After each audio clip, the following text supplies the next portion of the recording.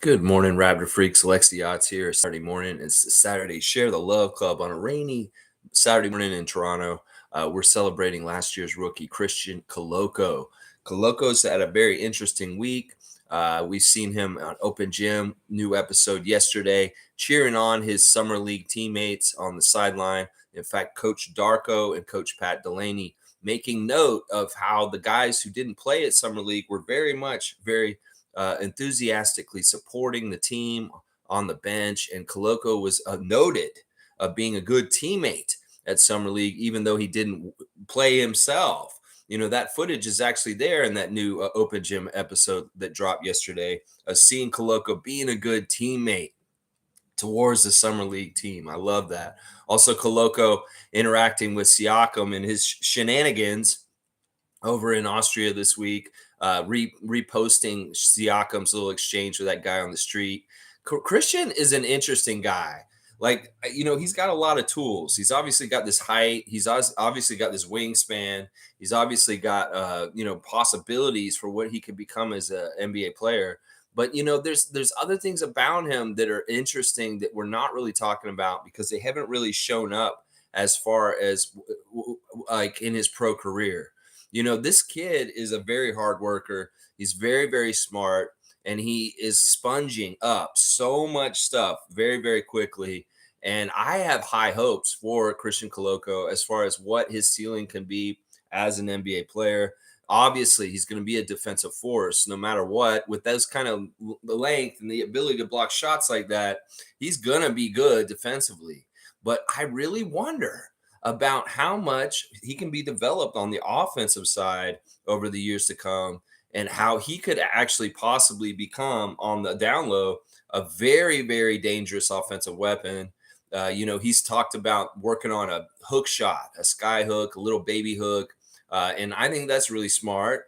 We've seen him taking threes in the first year of being a Raptor. Also, lots of threes in different levels, whether it's summer league, in the regular league, in practice, in 905. We've seen Christian not afraid to launch threes with some success. So there's the ability for him to become more of a offensive minded player over time. But in a lot of ways, he's got to get down everything, the basics on defense first, to allow for extended time on the court. And he had shakiness at different times last year. There were times when Christian was on the court and we did not have a good seal and things were weird, but it's really because of experience. It's really just getting to know the spacing and like how players' tendencies are, and understanding where to be in the right place at the right time to really maximize his length on defense to guard our basket. So, when he gets more savvy and he really gets to know more of it and it gets more instinctual, he could be very much a difference maker. There's a lot of stats that indicate that when Koloko's on the floor, the other team changes their behavior on offense. That, certain things stop trying to happen around the basket because he's just there, and it's a real impediment. It's like a real, don't come in here. Warning, don't come into the lane when Christian Koloko is in the game, because he will try and stop you and he will try and block you. So it's going to be fun to see more from him. I think it'll be fun with the Darko effect as far as our coach and how he's going to utilize him. Will he utilize him as a role player off the bench in regular games often? As far as like, I like to get those Koloko minutes in there in the second quarter at some point, and just kind of like give him more and more time to really get more comfortable and really savvy on the NBA court, because that's really what it's going to take, is reps and time on the court to feel like you belong there and to really feel like you like know really what you're doing. And I think that that's what he needs. And obviously he didn't get enough of that time last year with the Nick Nurse led coach team.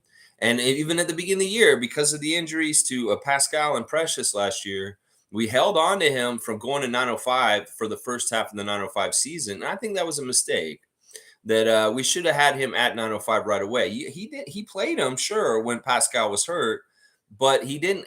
I felt like it did him disservice. He would have been better off getting the 30 to 40 minutes on 905 at that time, instead of just coming in and playing like a 5 minute stint here and there just to help out.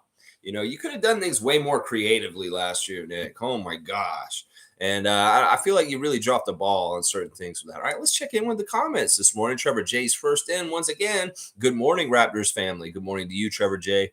The ones who love you will never leave you. Even if there are 100 reasons to give up, they will find one reason to hold on. Wow. Wow. When you find a person like that in your life, you want to hold on to them for sure, because it's not about like what's happening around you. It's you. And you don't want to like take that person for granted, because that's the kind of person that can stick by you through the worst things in life.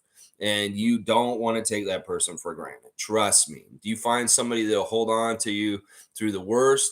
Then take their hand and hold on to it forever, because that is not always common in today's world as far as loyalty, and somebody who's willing to like look past your you got to be real with somebody and show them all your lumps and all your negative aspects of yourself, and they still love you and they still want to be around you. That's a real one, and you should not mess around with that. You should try and keep them around in your life for sure. Yeah, Trevor's saying, should we call some people Raptors fans? Oh shit, disturbers. They're already talking about Scotty. A one-on-one pickup game, saying that he can't shoot. All right, let's talk about Scotty real quick. Scotty had an interesting day yesterday. Scott has been in Miami, in Hollywood, working with Remy Training. Remy is a trainer. He's been working out Scotty and Andre Drummond and Marvin Bagley, to name a few. And there's been clips coming out in the last couple of days. This is like the beginning of the Rico Hines runs season, where we're seeing more and more pro-ams and scrimmages and pro leagues playing around the U.S. and Canada. And we've seen Drew League stuff with DeMar already.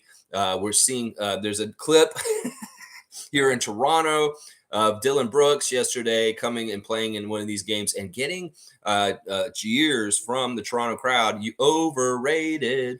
I feel like y'all need to shut the fuck up. Seriously, this is our native son. This is somebody from Mississauga, and you guys are going after him because you're LeBron fans. I can't abide by that. I'm sorry, y'all. Listen, if y'all want to be on LeBron's side and come after Dylan Brooks in his home city, that's your own business. But I would never do that.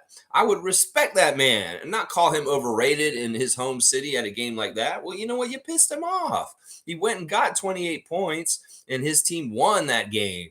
So all you little idiots sitting in the crowd calling Dylan Brooks overrated, yeah, he's laughing at y'all because he's making $20 million a year, and he's not in China. And if he's so overrated, why did he just drop 28 and kick that team's ass? So I'm sick of this, y'all. I know it's just LeBron fans. This is these idiots that were up there calling Dylan Brooks overrated in his home country, in his home city. You LeBron fans are idiots. Just get the fuck out of here with that shit, calling Dylan Brooks overrated in Toronto. I get it. He talked some trash. He lost. He got put out of the playoffs by LeBron. But still, listen, come on. Y'all have some respect for a Canadian player, a guy who's playing for Team Canada this summer for us in Jakarta in a month from now. Y'all are out there calling him overrated. Toronto fans are some of the worst people. They're not Toronto Raptors fans. Just Toronto basketball people are idiots, some of them. It's like, I won't call y'all Raptors freaks because you're not like us. And I also say that, like, I don't even know if you're Raptor fans, the ones that were there going at Dylan Brooks yesterday. I don't think you're Raptors fans either. I think you're like a guy who lives in Toronto that's a Lakers fan, or a guy that lives in Toronto that's a Warriors fan. And you're not fucking Raptors fans. Seriously, I wouldn't go after Dylan Brooks like that. What's the point? And seriously, it's a bad look. Y'all don't understand that the other people see this from other places and say, oh, Dylan Brooks goes home and his own hometown boos him and calls him overrated. Yeah, that's messed up. We shouldn't be treating our own like that. That guy is a dude from our GTA, and y'all are fucked for calling him overrated to his face like that. You know what? You're fucking nowhere near rated. He could be overrated, but you're not even on the chart to be rated. You motherfuckers sitting in the crowd calling him overrated. Y'all don't count. What have you done in your basketball careers? Nothing. So you ain't got nothing to say to Dylan Brooks about being overrated. That man got paid and he's in the NBA and y'all are not. So have some respect. So anyway, getting back to my original point, I had a little rant I had to get out about that. Scotty is playing in pro leagues right now. He played in the Miami Pro League last night and he killed it. He was killing it. And there's some footage coming out, and there's a lot of people making snap judgments about Scotty's season coming up just from the footage at Remy and the Miami Pro League last night and a couple other things. Some people are making snap judgments about his passing. Some people are making snap judgments about whether he's going to be a point guard or not. Some people are making snap judgments about his shot, as Trevor J has brought up here. They're saying that he can't shoot. That's not what I saw. And listen, what I saw in the Miami Pro League highlights from last night is that man has a smoother stroke. It's more mechanically correct. If you see the way it's going through the net right now, it's going straight through the net, not touching that rim, and it's going straight with a nice swoosh. And if you know what I'm talking about, you know what I'm talking about. So I don't see this. I see his shot mechanically better. And maybe casuals are going to say, oh, he can't shoot right now. But they're idiots. And once again, we've got a lot of dumbass people making comments about the Raptors these days that don't know what the fuck they're talking about.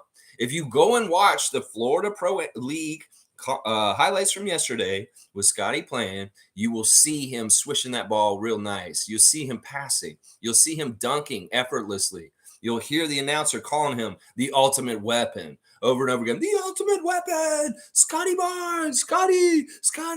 You know, it was crazy. They're yelling all about stuff. But the highlights right now of Scotty playing are amazing. And it's good stuff. And he looks better.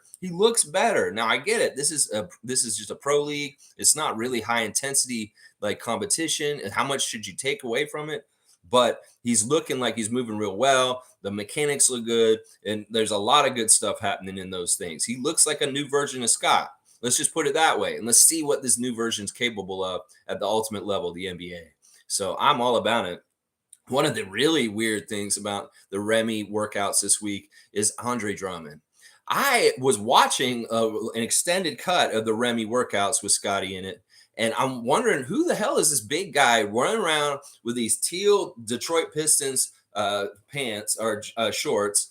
And I'm like, no, that can't be, because listen, this man was moving too well. He was getting up and down the court too quick. He was taking threes. He was like getting steals. He was running over and getting blocks. He had the effort of amazing effort, and he didn't look the same heaviness. I was like, who the fuck is that? And I'm watching, and then it slowly dawned on me, that is Andre Drummond. And I was like, wait a second, that's Andre Drummond moving around like that? Like, he was not that quick like 2 years ago. Why is he all of a sudden got this crazy amount of energy and effort? Like, this is a Remy workouts. You know, in some ways, this is, you know, the time of the year where a guy like him could loaf. No, this man was out there working his ass off, and I was amazed. It's not like Andre Drummond's a spring chicken. This man's been in the league for a while, and he should be breaking down, but he looked like he was more svelte and moving around than ever in his NBA career. I was shocked at seeing Andre Drummond's body and how easily he was moving around everywhere. This is very strange and very weird. We could see a renaissance for Andre Drummond this season, and it doesn't hurt that the man was bombing threes and nailing them. And then just like he was doing shit like diving on the floor for loose balls and steals. I'm like, that dude did not do that before this. What is going on with him?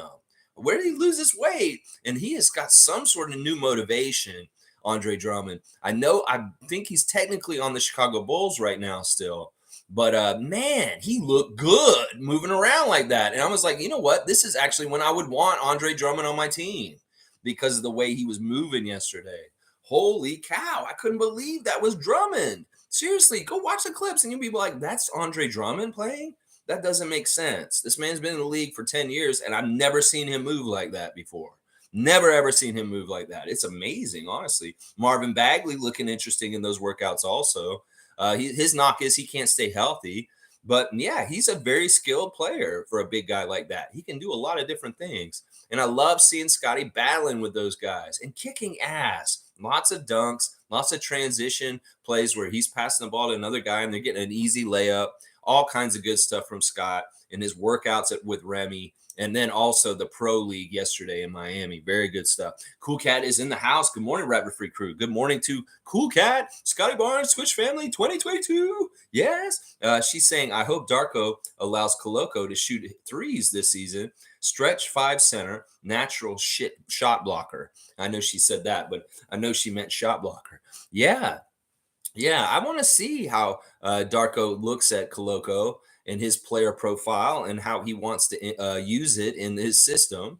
Obviously, Koloko has some things that other people on our team do not provide. You know, Jakob does have some rim protection and roam in the paint, but almost in some ways not on the same level as Koloko. So it's almost like it could be very interesting to see some Jakob and Koloko lineups at times too. That would be really crazy. Ain't nobody coming inside when those two guys are on the court together.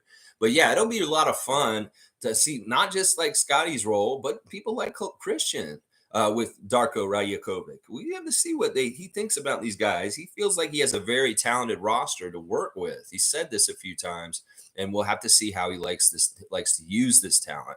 Nako's saying, I think second year Koloko is going to be real good. I like that prediction, Gerald. I like that prediction a lot. I think he's going to make a bit, some sort of jump. I don't know how big it will be, but we should see improvement. We should see progress. He's oriented to the NBA after 1 year of it. He kind of knows what to expect.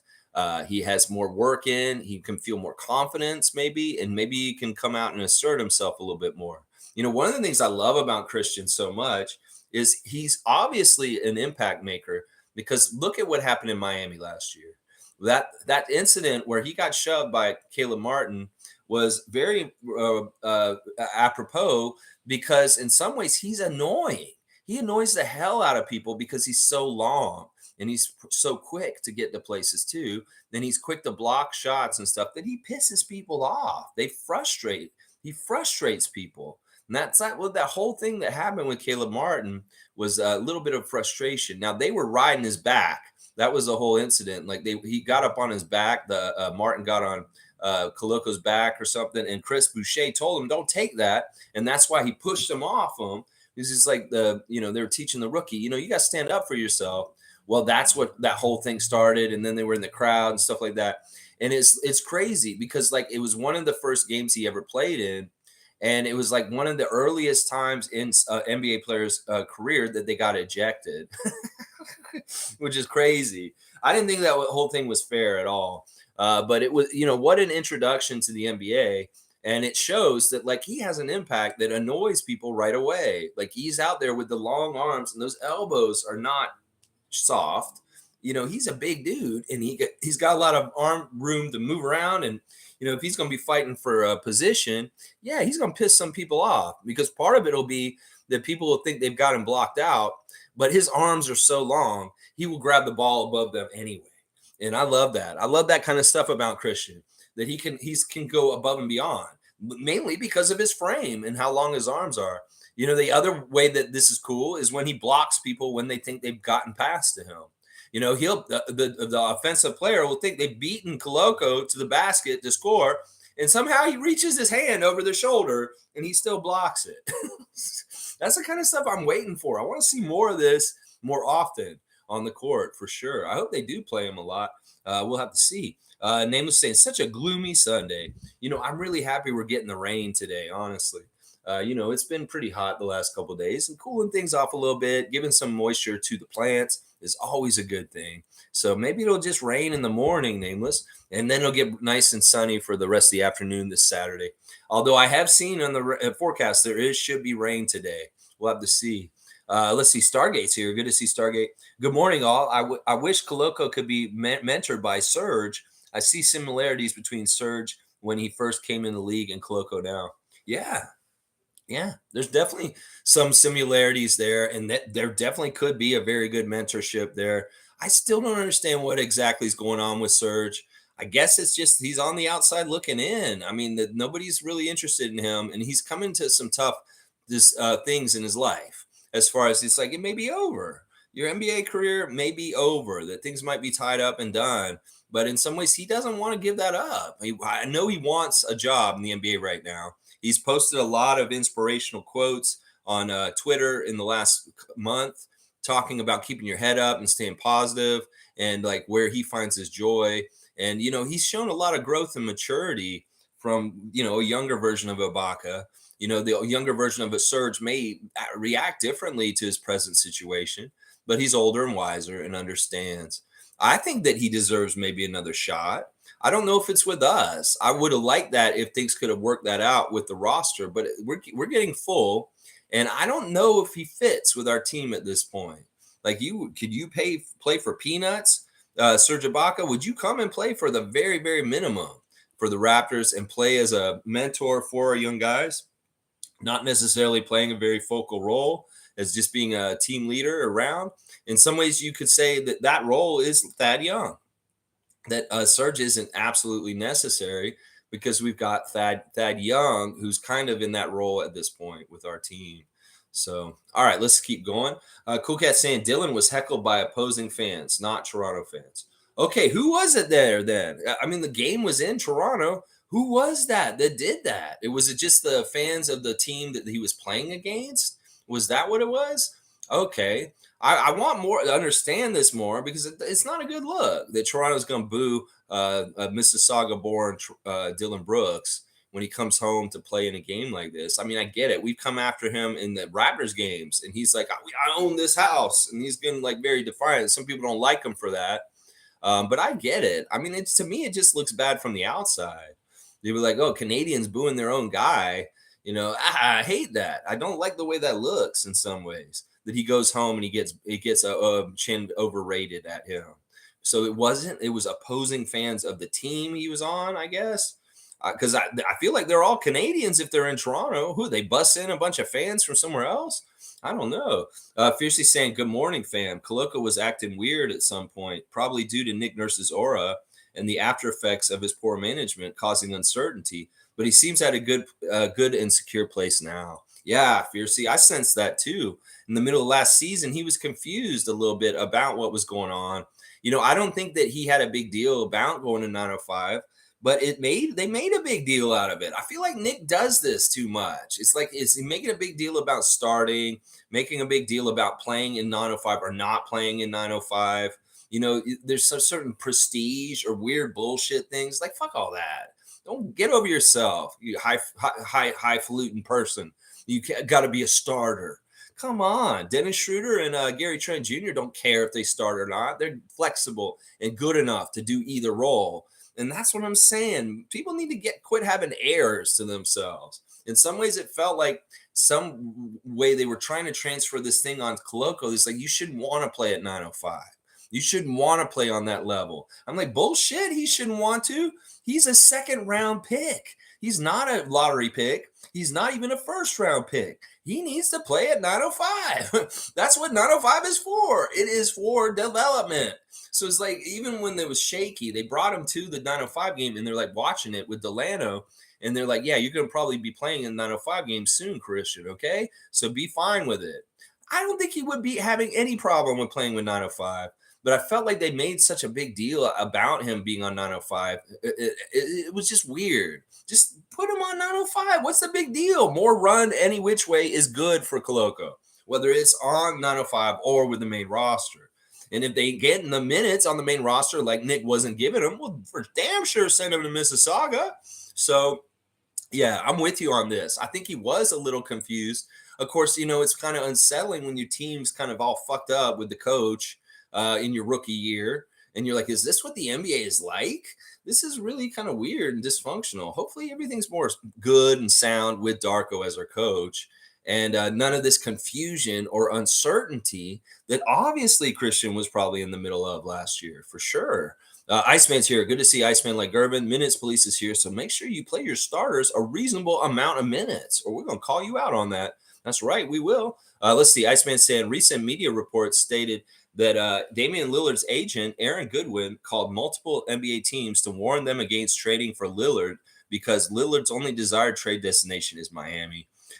We interviewed Goodwin and Lillard and also spoke with several NBA teams to whom Goodwin spoke. Goodwin and Lillard affirmed to us that Lillard would fully perform the services in any trade scenario. This is really good what the NBA did yesterday. Now, some people may see it as being heavy-handed, but I think it's necessary at this point. And you know what? We're going to talk about this tomorrow, Iceman. Sunday special report, breaking news. The NBA is coming down on trade rumors. And we're going to talk about how this could really affect the stupid clickbait mills around the NBA and the Toronto Raptors and other teams. Let's talk about this Sunday special report tomorrow. The NBA cracks down on Damian Lillard and Aaron Goodwin for the trade bullshit and all the repercussions and all the possibilities of this new rule and how it could affect the media and how the media portrays a trade bullshit on ESPN and other places. In fact, I think this development yesterday is a very good development in some ways, but we're going to have to look at it from both sides and see what the pros and cons of it are, and where it is kind of fucked up also at the same time. But it is kind of a step in the right direction. I think this is really good that Lillard was really turning into a serious black eye right now for the league as far as the way he's acting with this situation. And the league had to regulate to a degree. So we're going to talk about this in more depth tomorrow, Sunday special report. The NBA calling out Lillard and his agent for their bullshit. Yeah, we're going to talk about this and how this could actually change things. I hope that this actually does have a huge impact on certain things about how the media portrays the NBA and rumors and stuff. So we'll have to see. Cool Cat saying, love that Koloko working with the other NBA players. I hope he goes to Rico runs as well. He should. He should. I really think it's fantastic that we've seen footage of Christian working with Clint Capella this week. There's somebody who's good at getting lobs and finishing them. There's somebody who's good at block shots and doing stuff like that in the league already. Clint Capella is a fantastic person to learn from for Koloko as far as listen, the stuff with, I've seen a stat recently that the most hooked up alley-oop combination in the NBA in the last season was Trae Young to Clint Capella, that happens on average 2 times a game, that they have an alley-oop twice a game for the whole season. So you figure it out. That's like 160 alley-oops for the whole entire season. So this is good. We want an alley-oop artist like Clint Capella and a shot blocker like that working alongside young Koloko so he can learn some tricks of the trade from the Hawks center. That is fantastic. I really like seeing him with Clint specifically because we know Capella has got a really nice body of work in the NBA already, and he is the number 1 target for alley-oops in the NBA from last year. They got hooked up the most between those 2 players. Very, very cool. Nako saying, I think over his career, I saw Scotty Swarm get more proper. Yeah. I was researching Remy. Remy is this guy from Chicago, and he has his academy now down in Hollywood, Florida. So it's not that far from where Scott's going to be down there for if he's in Florida at home with his family. And Remy, his philosophy as a trainer is very much foundation in foundation. Like he's all about balance. He's all about using your body on the basketball court and not doing like off balance shit or none of this stuff that DeMar used to do. He would like, you know what I'm saying? Like taking the really high difficulty shots that are crazy around like 2 players and making them like DeRozan used to do. He used to make the hardest shots ever. It was crazy. He made his life harder than you have to. Well, Remy's all about making your life easier.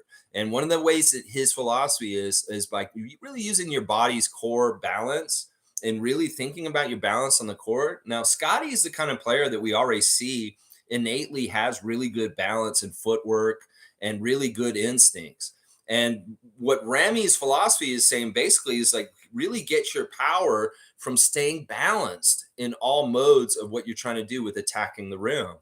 And that's really good. I think that's a fantastic place for him to learn. And I'm really glad to see him there. I think I saw him there for a little bit last year also, from what I remember. So I really like that he's working with Remy. It's a really, really good thing for sure. Really, really, really good thing for sure. But yeah, Scotty is trying to get more technically better, especially with his jump shot, Gerald. That is where that goal is to be made with him. That's where they said when he came in, he needed to improve his jump shot. Well, that's what he continues to do going into year 3. Nameless is saying ultimate weapon should be a moniker that sticks. Yeah, I know that. I thought that was really funny when the guy yelling, the ultimate weapon, Scotty, the ultimate weapon. I liked it. It wasn't too bad. I mean, in some ways I get it.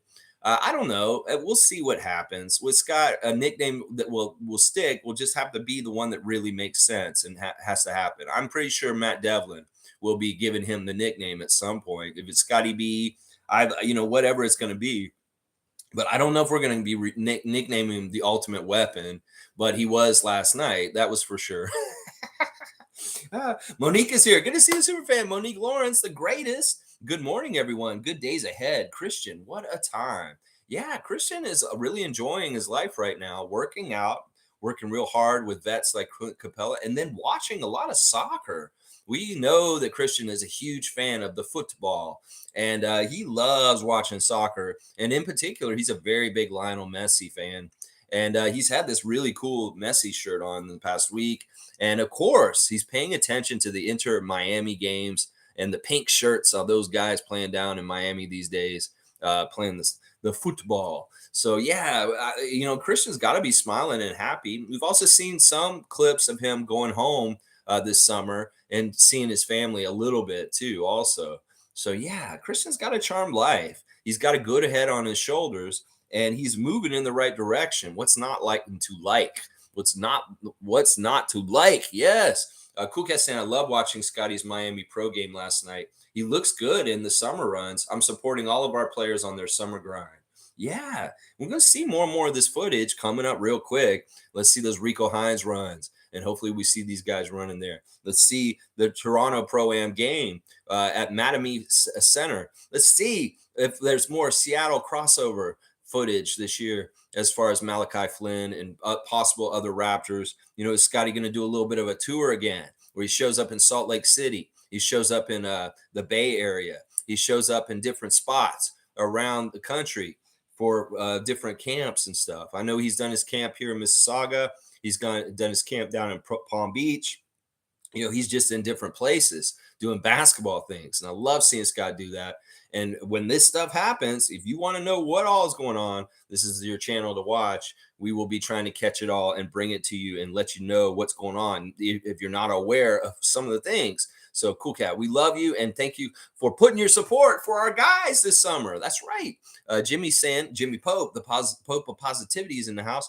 Scotty is on a mission next year. I love Koloko. He's going to be really good. And with Pirtle, he should be a good mentor for him. Yeah, Pirtle's another great mentor for Christian, for sure. For sure. In fact, Pirtle may be a better mentor than Clint Capella in some ways, just because of the Popovich factor in Jakob Pirtle. Getting that schooling from Greg Popovich is just it's priceless. And anything that Christian can get indirectly from Popovich through Jakob Pirtle is a godsend, is a great thing. Obviously, is a great thing. Yeah. Let's see. Nameless is saying Pirtle's wingspan's not even close to Koloko's. Not even close. Yeah, I think that's right.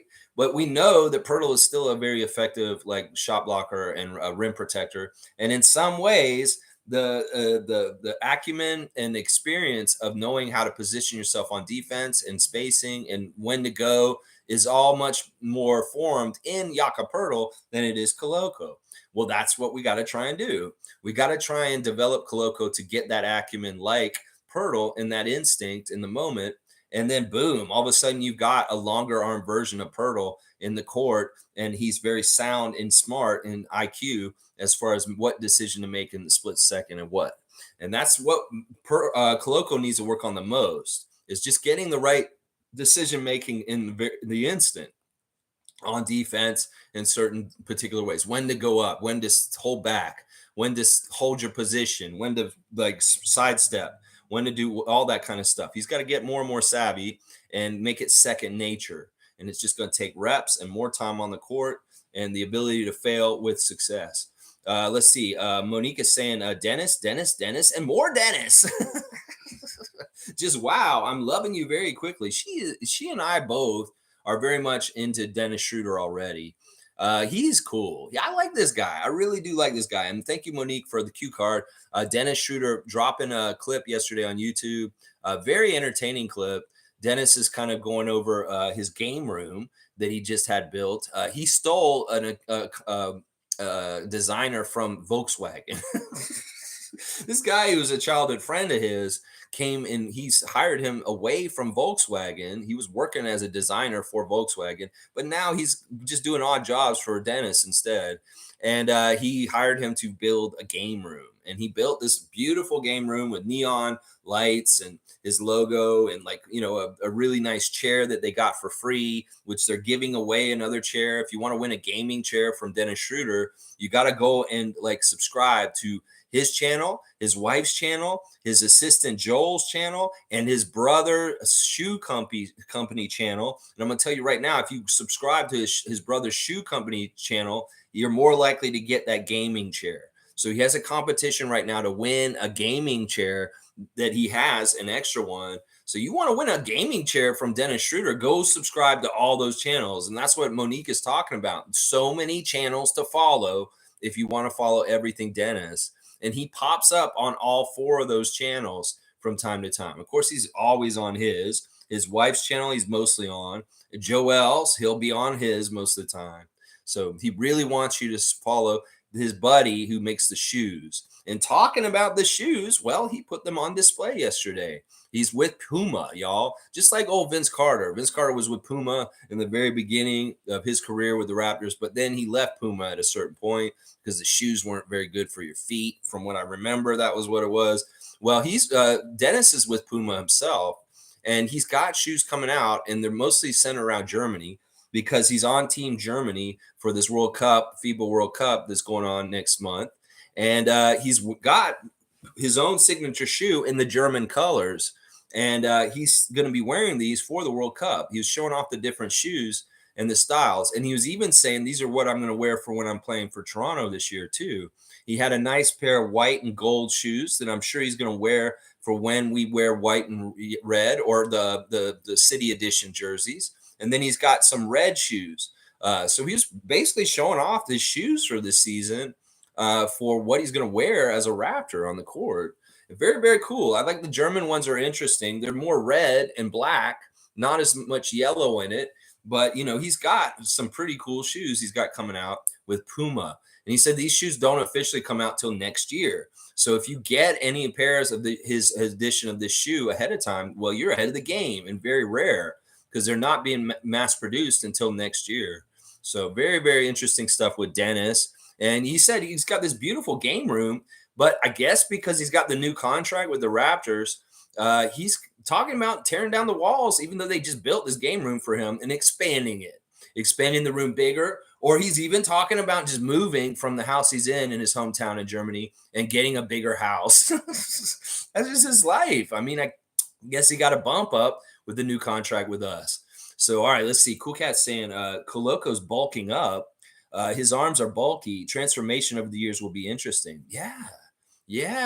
It's a similar thing like with Chris Boucher. All of a sudden, the skinny spaghetti arms that were as a rookie, all of a sudden they got more meat around them. And all of a sudden it's looking a little more, buff.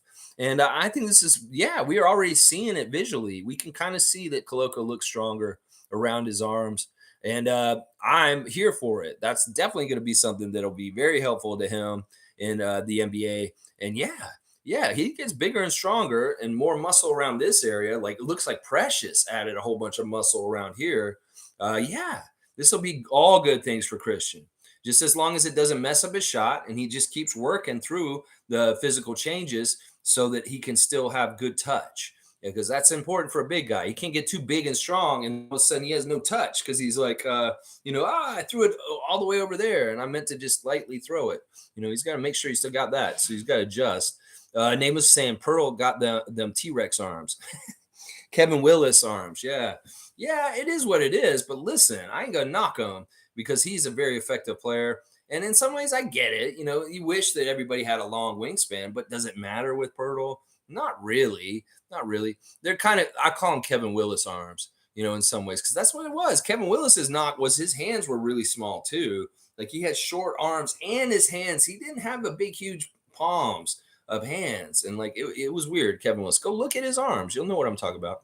All right, let's see. Seymour saying, I'd take Ibaka over Thad. Yeah, some people would say that too. But I get it, Seymour. Ibaka over Thad. In some ways, I get that. And I might too myself. But we don't know all the ins and outs of Bobby and Masai and their relationship with Serge. And then also the whole existing contract with Thaddeus on the contract, and getting out of that and changing things, it may not be worth it. So, but yeah, I in some ways would take that too. I seriously would, but we don't know. Ibaka is a lot different than when we have warm, fuzzy memories of him from when he was here, and he really fell off after he left here. In LA, he was hurt a lot, and then really in Milwaukee the last couple of years, he's not played a lot. He really, really has not played a lot. He's been at the end of the bench. So I don't know where he's at with his how good he can play. It would really have to be like a locker room thing. Now, it could be that Thad's way more prepared to play and play at a level that can be contribution. And that may be why. I don't know. These guys are assessing these guys. And I know that Thaddeus is older than Serge also. That's the other weird thing about it is Thaddeus is actually older than Serge. All right, let's see. Josh Monroe saying Christian has to make an impression this season to solidify getting minutes and give himself a chance to be a major contributor. Yeah. I mean, he makes impressions quick out there. I mean, if he, one of the things we need to see happen with Christian more is the refs need to respect him more. There's a lot of calls last year. He would have gotten more blocks. He should be in the leaders in blocks every season. If he's getting regular time on the court, he should be in the top 10 leaders of blocks. He's just that kind of player. And what happened was they were shaving blocks from him last year by calling some of them as fouls. And I didn't appreciate that. In some ways, it was a rookie stuff. Like, he's a rookie. We're not going to give him any respect. That's a foul. That's not a block. There's quite a few calls like that. And I was calling it out last year saying this, like, they're trying to governor or cap him on how many blocks he gets. So he's not in the leaders in blocks in the league. And, so I want to see him get more respect from the referees on the block shots, because some of them they're calling fouls and they're not fouls. This dude is just blocking their shot, and you're calling it wrong, and they're not giving him the benefit of the doubt. There'll be times where he gets a clean block, and then all of a sudden they call a foul on him. I'm like, what the really? He didn't touch him. He just got a block. So I want to see more respect from the refs for Koloko, as far as he is a known shot blocker, and they need to give him that respect and give him the calls. So.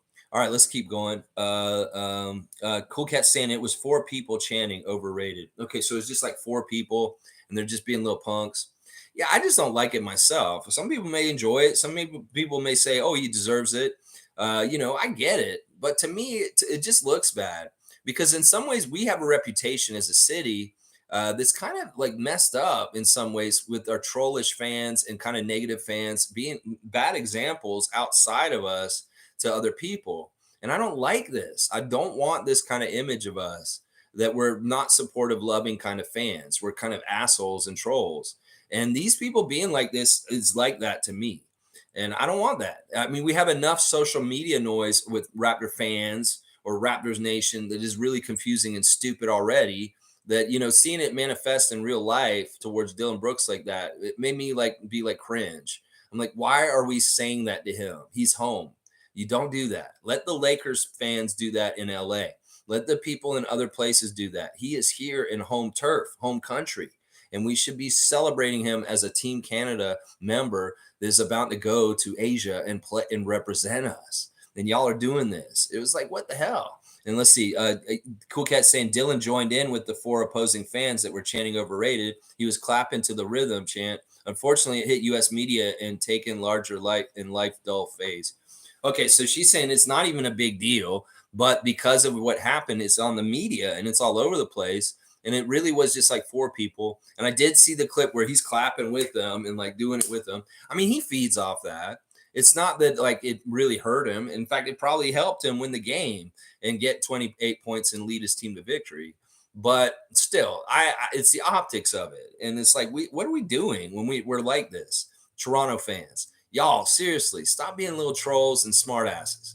Fucking be supportive, good, positive fans, and stop trying to be cool because you're funny or something like that. Fuck that shit. You want to be funny? Get a beaver puppet. That's what I'm going to say. Get a beaver puppet if you want to be funny. But yeah, the U.S. media are going to catch hold of it, and they're going to push it like crazy. And then there'll be all kinds of crazy narratives and stuff like that.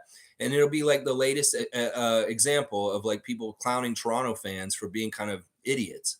And, I hate that. I don't want that. The last incident that was like this that the US media tried to turn and make us look bad was the DR DeRozan stuff, trying to say that we wanted to kill a little girl and stuff like that. That was messed up.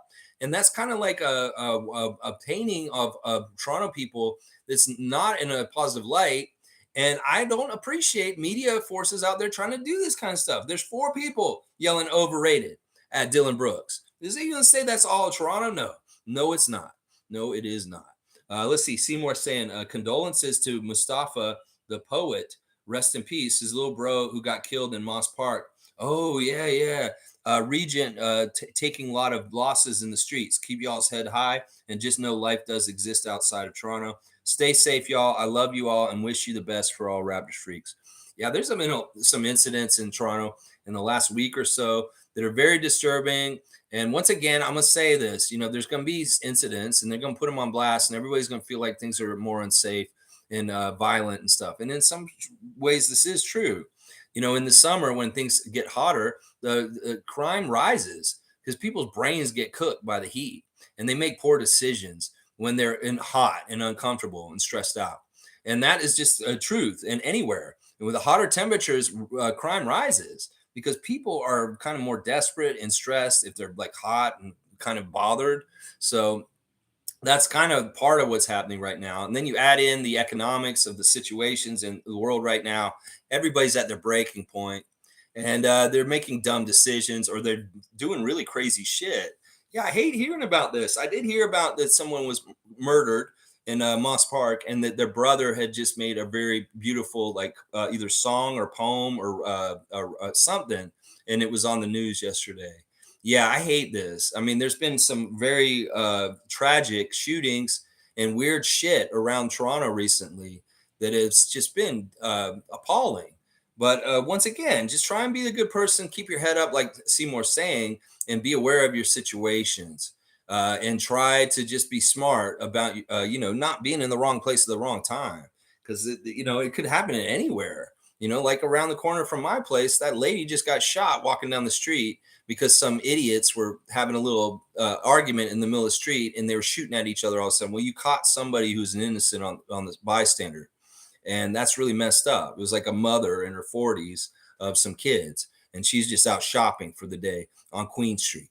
And yeah, that kind of shit's fucked up. But that's what I'm saying. Y'all be smart and keep your head up. And if you see some shit going down, don't go towards it. Get away from it. Seriously. Seriously, get away from it.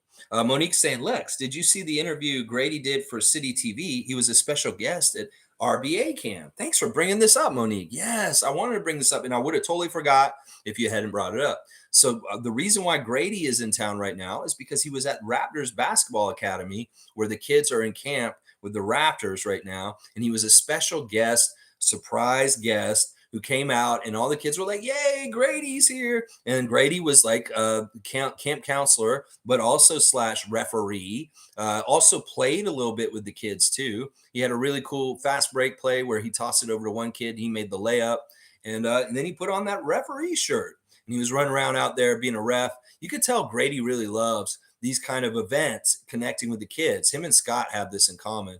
And he really enjoyed being here for this. I mean, I know he came back from Kansas to be in Toronto for this. So it's good that he's around Toronto. He's represented as a Raptor. And it's great to see him interacting with the kids already at Raptors Basketball Academy.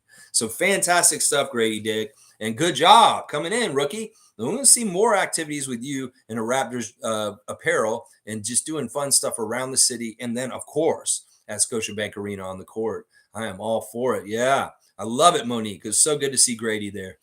Infamous is saying, salute, freaks. What's this I hear all of a sudden? Scotty sucks because he's missing shots one-on-one. Fans need to relax. Laugh out loud.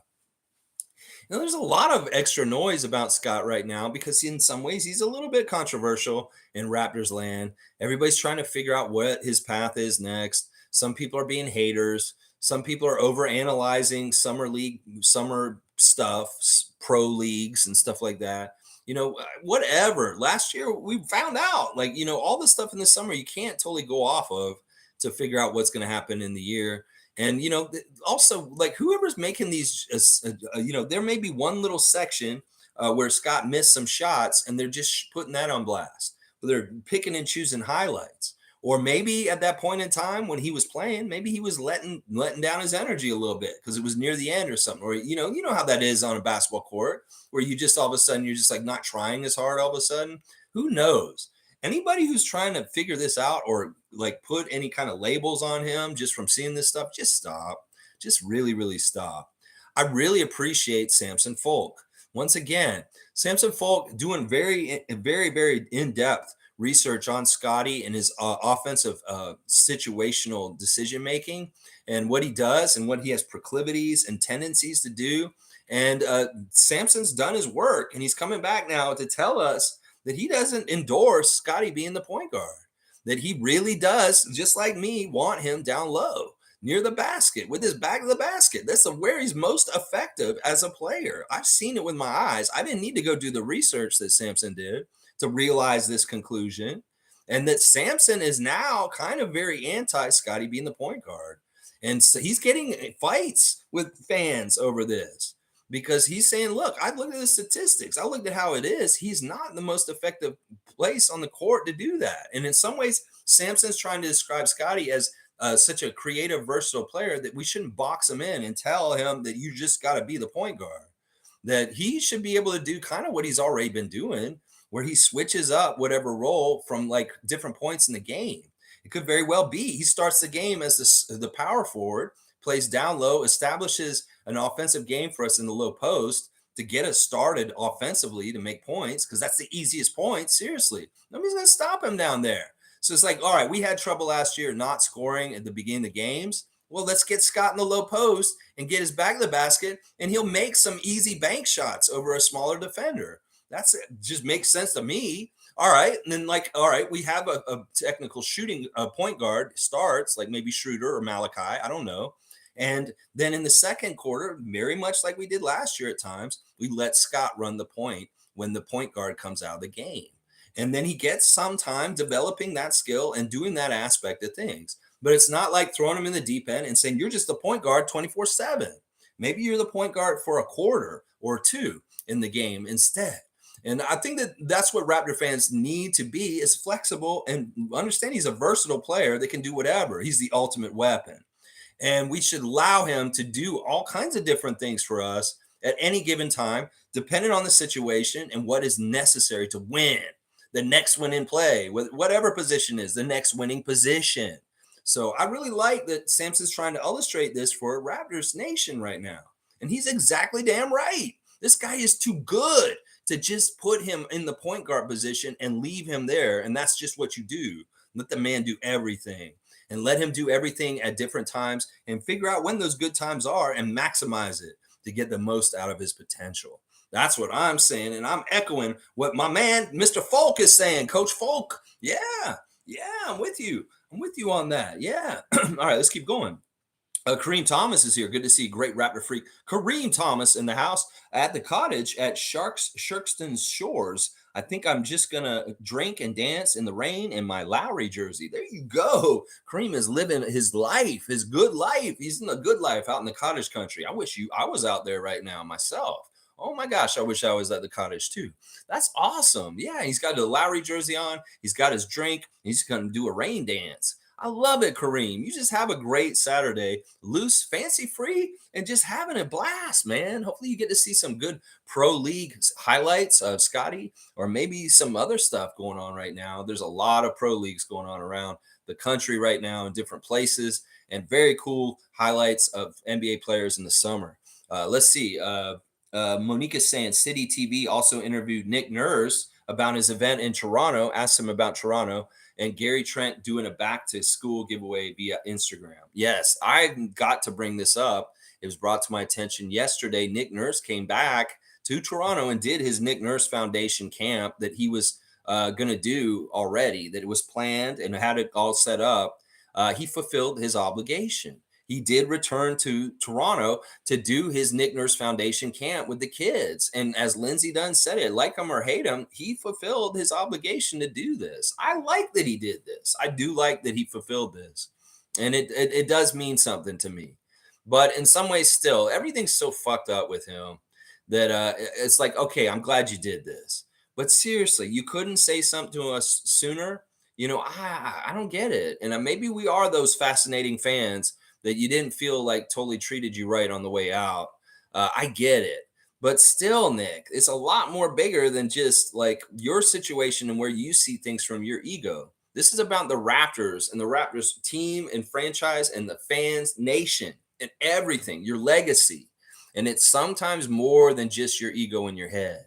It's sometimes a little bit more than that. Somebody came in, I think it was Stillman. Stillman's came in and gave me a comment yesterday saying that he thinks that Nick Nurse's downfall was burnout from things like the pandemic, Tampa season, all, no time off, just going, go, go, go, go. And it just got to the point where he's stressed out and he had burnout from such a tumultuous up and down kind of 5 years coaching the Raptors. You go from the championship, you go to the pandemic, you go to Tampa, you go through last season, very much up and down. And in some ways, Nick may have just been personally burnt out in Toronto in this situation in some ways because of the emotional roller coaster of the 5 years when he coached in Toronto. So I could see that. I commend Nick for being back in Toronto and fulfilling his foundational obligation to do the camp here in Toronto. That does mean a lot. It's a little weird and awkward, I'm sure, but it does mean something that you showed back up and did this, Nick. And it gives you a point in my book. It definitely does. Definitely does. Gary's doing a giveaway on Instagram. So let's go look at Instagram, y'all. Scotty, of course, it was leaked yesterday early that he would be playing in that Miami Pro League game. And they're saying you got to get there before 6:30 if you want to get in there because it's going to be jammed up and it may be hard to get a seat in there. And of course, Scotty posted a really nice picture of Cardi. Cardi looks so beautiful, just sitting in her bed, just so cute. And so much love between Scott and his dog. I love it. I love it. And there's Cardi at the dog park. Cardi is big. Cardi is very big. I'm looking at Cardi next to the other dogs, and Cardi looks like the biggest dog at the dog park. So yeah, Cardi has grown up real good. And then Scotty putting some of his highlights on there, the ultimate weapon in the breakaway, the nice dunk. He had some 360s. He did a windmill. He's had some pretty cool dunks in the Miami Pro Am. I like that I know that they're Miami Hurricanes colors, but to me, they're FAMU colors, orange and green, because I'm from Tallahassee and I'm a Rattler. So yeah, that's pretty cool to see Scott wearing those colors and playing like that. Let's see. Then we got Mr. New York City, Marquise Noel. He's putting some lady's shoe on, and then he's saying, "I'm back. I'm going hard. I'm shutting down my heart again. No one can't get next to me, so they got to put orders in. Try my best to act like I didn't care, but I can't hold it in. I'm not into losing. I go hard as I can. I go to win. I'm going hard." That's what he's saying. So Marquise is wearing the Raptors shorts, and maybe still in Cancun, but he is definitely working out. And then he's watching highlights and doing film study. He's actually showing himself watching Steph Curry highlights. And his quote about Steph is, not only is he the greatest shooter of all time, but his basketball IQ is so underrated, it's not even funny. So Marquise is studying Steph Curry, just so y'all know. Dennis Schroeder, of course, is putting on blast his latest drop on YouTube. It is a pretty fun little clip. Dennis just has a cool way about him. He's a very just matter of fact kind of guy, but he's no airs to him. Like in some ways, he's just who he is, and you gotta either respect that or like that, or if you don't like that, it's fine too. But yeah, he's got his clothing drops coming, and I think he's flying back to this continent soon. I'm not totally sure, but yeah, he's definitely putting his clothing on blast right now. Let's see, Gary. Okay, here's Gary's event that Monique is talking about. 20 years of saving Black men's lives. Your kids want you to live longer. Come out and bring your family to the walk. August the 12th at Livingston Park. There is a Live Strong event, and I'm guessing it is some sort of walk to benefit health for Black men, to check their health and go to the doctor and different things like that. That's very good. Wellness organization. Gary put it on blast. And then there's the one that I think Monique's talking about. He's got a back to school bash in August the 13th on a Sunday at Sunbury Road. I'm guessing this is all in Ohio or in Minnesota. The legacy star Gary Trent Jr. will be there, and they'll be teaching basketball camp at a free event. That's pretty crazy. That's pretty cool. Face painting, 3-on-3 basketball, health screenings, bounce house, all kinds of good fun stuff that's going on there. Precious is over in Africa at this point, I believe, and he's watching the youngsters and young people over there play. He's got a What If Unlimited camp going on, and he's putting on blast the ladies. And then he's also got him doing an interview. Then it's him getting in a car and he's riding around and he's kind of singing to the music. Precious has always got music stuff going on his Instagram. But yeah, there he is at What If Unlimited, getting out there. And he's also celebrating Udonis Haslem, who officially retired this week. And of course, he was his pro in Miami as a rookie. So he has a special connection with him retiring. And then he's also got a bottle cap on top of a jar that says U plus I equals BFF.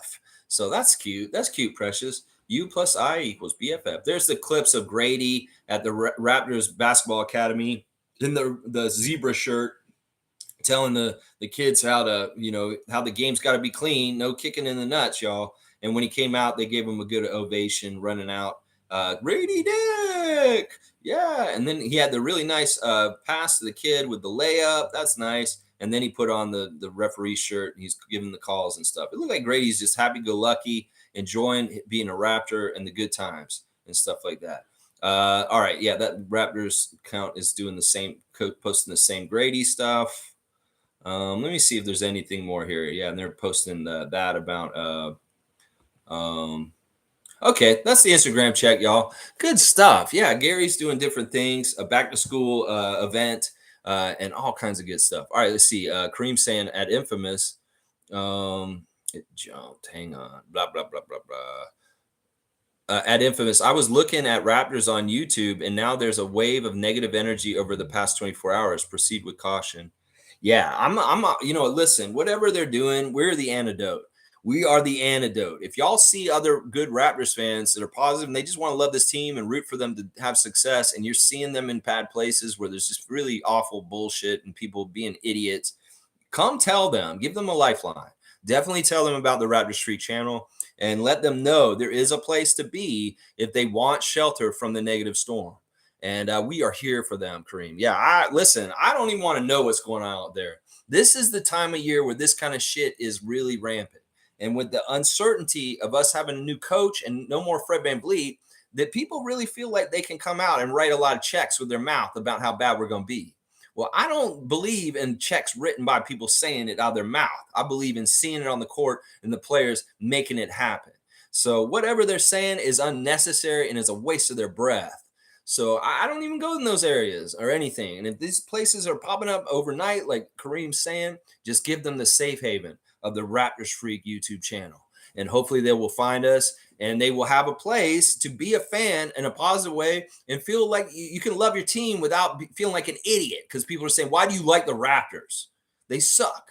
Why would you cheer for them? They're horrible. They're mismanaged by Masai. You know, who the fuck do you? I don't need to talk to you is maybe what it is at this point. I don't need to talk to you. That's where it goes.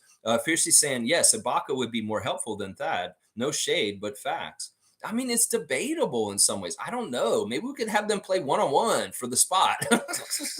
It could be like this weird thing where Masai shows up and like Thad shows up. And he's like, Thaddeus, real quick, I have one thing you need to do real quick before this year. You have to beat Serge in 21. Yeah, you have to beat Serge. If you don't beat Serge, he gets your contract and your spot on the roster. Oh, that would be weird. Like, what if they did this kind of shit? Then they I don't know, that it's not like they want to make it public or anything, but what if they did this? Like, this is Thaddeus, you against Serge, whoever wins this game of 21 gets the contract and this roster spot. Wow, that would really make things very interesting. That would be very, very interesting. Nameless is laughing at my reference to Kevin Willis. Well, he is the most well-known short-armed NBA player in the history of I love Kevin Willis. Don't get me wrong. I'm not trying to diss him. It's just the truth. And people in the NBA would talk about this too, like Kevin with his short-ass arms. It's just how it is. It's just how it is. And we love Kevin Willis, that clothes horse. He loves clothing. This man knows all about fashion for big people. And he is, a big reason why NBA players who are so tall have good fashion sense is because this man made it a big deal in the NBA with having a store selling clothes for really tall people. And he's a good man. I love Kevin Willis. I'm not dissing him. I'm just speaking facts. The man had short arms. Nameless is saying Koloko is going to be so overpowering in the paint in the next couple of years. A dream scenario for Darko. I hope so. I really hope so. I mean, in some ways, we know Nick is good developing defensive stuff. Well, I want to see if Darko's good at developing offensive stuff. Will he be able to unlock Koloko as an offensive weapon over the years to come? I'm all about it. I'm here for it. Country Kong's here. Good to see Country Kong, Scotty Barnes Twitch family 2022. Good morning, Raptors freaks. Good to see Scotty working hard. If I were him, I would just avoid during driving to the rim and just work on my shot all summer. Fans don't like seeing misses, but he's working. Yeah, who are these people? They want everything to be perfect. Who are you people that are coming down on him for this and this? I don't even know what the clip is or why these people are saying this. I do see Samson Folk defending Scotty online on Twitter right now. I do hear Kareem telling me it's getting bad out there with stupid asinine bullshit people are saying. But I don't get this. I mean, listen, is this some sort of weird situation where Fred's gone all of a sudden? And now, like the weird energy that's around Raptors Nation that isn't actually for the Raptors is changing its a target to Scott himself. Are there people that were biggest fans of Scotty last year all of a sudden conveniently switching to being an enemy of his? I really got to wonder the motives of some of the people in Raptors Nation and what the fuck they're even doing in Raptors Nation. Seriously, what are you doing in Raptors Nation if you hate the Raptors so much? Just get the fuck out, is what I'm saying. And, listen, they're going to be critics of Scotty. There already have been. There's been critics all along, whether it's the ugliness about the autism shit, whether it's the things that happened at that all-star break with him and Maxey and him missing that shot over and over again.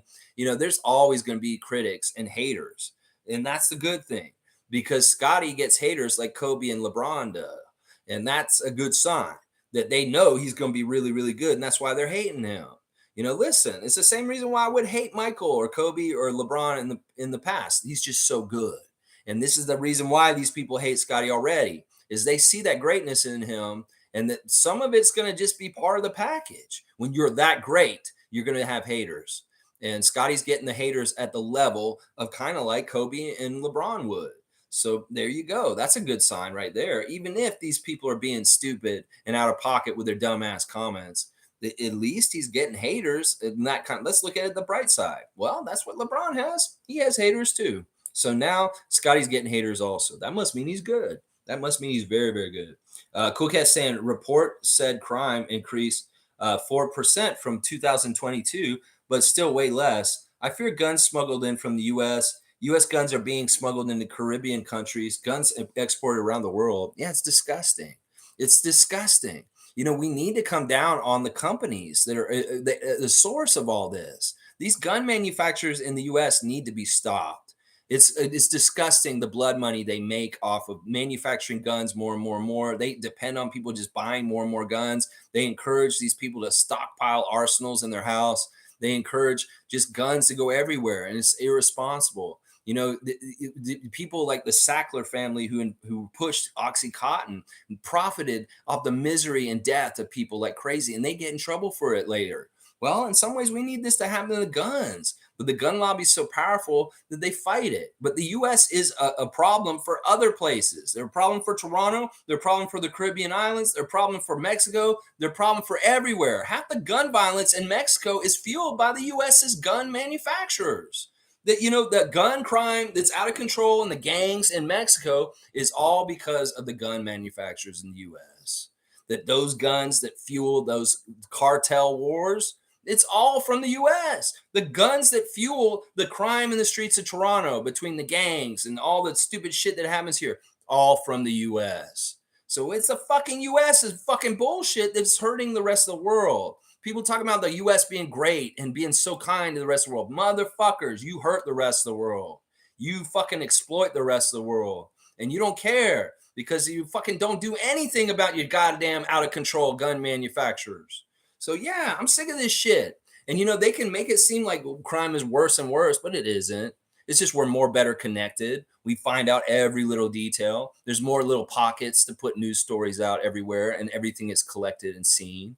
In the past, 30 years ago, no, there's no internet. They didn't know that this shit was happening because you got to get the newspaper or watch it on TV. And then it was very much more controlled about what was getting out and what was happening. Well, there's deep, dark shit that was happening then that nobody knew about because it just wasn't getting told. Well, now there's an avenue for all of it to get told. And that is a big part of the factor why it perceives that there's more crime. No, it's the same amount of crime as there always has been. It's just we have more access and ability to read about it or find out about it because of the internet and other things like that. So, yeah, cool cat, great point. And fuck the US for the gun manufacturers and how they spill over everywhere into other places and other countries and give other countries social problems because you're fucking irresponsible, United States, with your fucking gun manufacturers and your gun lobby. Yeah, fuck you, you fucks. Yeah, you make money off guns. If you're a rich person in the United States who's making your fortune off of guns, how do you sleep at night? How do you fucking live with yourself? Seriously, you should fucking feel ashamed. You should feel ashamed for making your wealth off of the murders and deaths of people because you fucking make a gun. See, I'm serious about this. All right, let me keep going. All right, Monique is saying, I feel like Jama is going to get more open gym time as he knows this organization well. Coaches are so upbeat, as I said yesterday. All right, yeah, Monique bringing it back to the open gym episode yesterday. Yeah, Jama has had a couple clips in the first two episodes of Open Gym so far this season. His familiarity will definitely probably bring this about. He's been on Open Gym from before. So, yeah, I think you're right. In some ways, he may be a more vocal coach out of all the coaches on the staff, and we may see him more. You hit the nail on the head with that. One of the things was really nice, once again, is to have our eyes opened up to how the Raptors' new coaching staff may operate and how they work. We saw a little bit more of Darko's personality. We saw more of Pat Delaney's personality. We saw more of James Wade's personality in that clip from yesterday on Open Gym. Really, really cool to see these guys and how they talk to them and how they motivate. And I mean, seriously, that pep talk that Darko gave was like, holy crap, this doesn't seem like a Nick Nurse kind of pep talk. It's very different kind of pep talk. And instead of saying Raptors as the chant out, they say together, together. That's all good signs. And that points to stuff. I love James Wade's intensity. I like Pat Delaney's just matter of fact, explain it to you, no bullshit kind of in the timeouts. I like Darko's passion and his energy. You saw him get hyped up in that one moment where he's like, wow, and all the other plays. I think they were doing some sort of exercise where the player comes into the middle of the circle and they kind of just freak out. And like, wow. And like Darko was like doing that himself at that moment. There's some really interesting things about Darko's coaching strategies and his methods and his way of doing it. I'm going to be very curious to see the results on the court. It will have to see. But that Open Gym episode, once again, an open insight to seeing them, how they communicate with the players. Very, very, very good to see. And I like what I've seen so far. There's nothing weird or kind of like, whoa, what the fuck was that? No, this is all seems like very positive, good stuff that I'm seeing about Darko's new coaching staff. All right, let's see. Cool Cat saying Koloko would have the blocks like Kessler in Utah, but refs wouldn't allow it. It was so blatant. He was a college defensive player of the year in his division. Yeah, that's another way you see this bullshit. It's like, okay, it's okay for Walker Kessler as a rookie to get a lot of these calls in Utah, or what is it? What is the difference? Is it because he's a first rounder? He's a second rounder? Is it because I don't know. What are the differences? What is the reasoning, NBA? Why you officiate Walker Kessler different than Christian Koloko? I don't want to say some of the reasons why, but listen, I'm just wondering why. Why is it okay for him and not okay for Christian? Why did you limit him on how many blocks he could get last year? You know what? You may not be able to hold him down. He may be some crazy player that gets so many blocks in years to come that he vaults up the leaderboards and blocks in the NBA. You hold him down in his rookie year.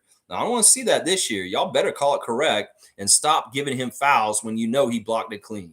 You know he blocked it clean, Tony Brothers. You know he blocked it clean, Ed Malloy. You better fucking give him the block instead of the foul. Again, no more of this rookie call bullshit for a second rounder from Cameroon. Yeah, none of that. Let's see. Country Conk saying, also, it was cool watching them play Kings Court. NBA players playing one-on-one competitively is an underrated viewing event. Scotty trying to figure out how to score on Bagley and Drummond was interesting. Is there extended footage of this, Country Kong? Because I didn't see actually all of that stuff. I saw a little bit of that stuff. And this may be where people are coming up with their bullshit as far as like Scotty can't shoot. This may be the footage I haven't seen. So if you can tell me how to watch that, I might want to watch that extended part with them playing King's Court. It is cool. It's a very cool format.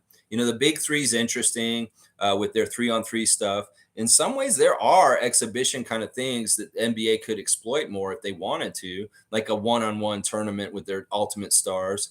But in some ways it doesn't. It's not totally the best kind of play because in some ways it's not the team game, obviously. So I don't know. I mean, I'll have to watch this clip, and sure, it's gonna be fun. It would be fun to see Scotty try and beat Andre Drummond one-on-one.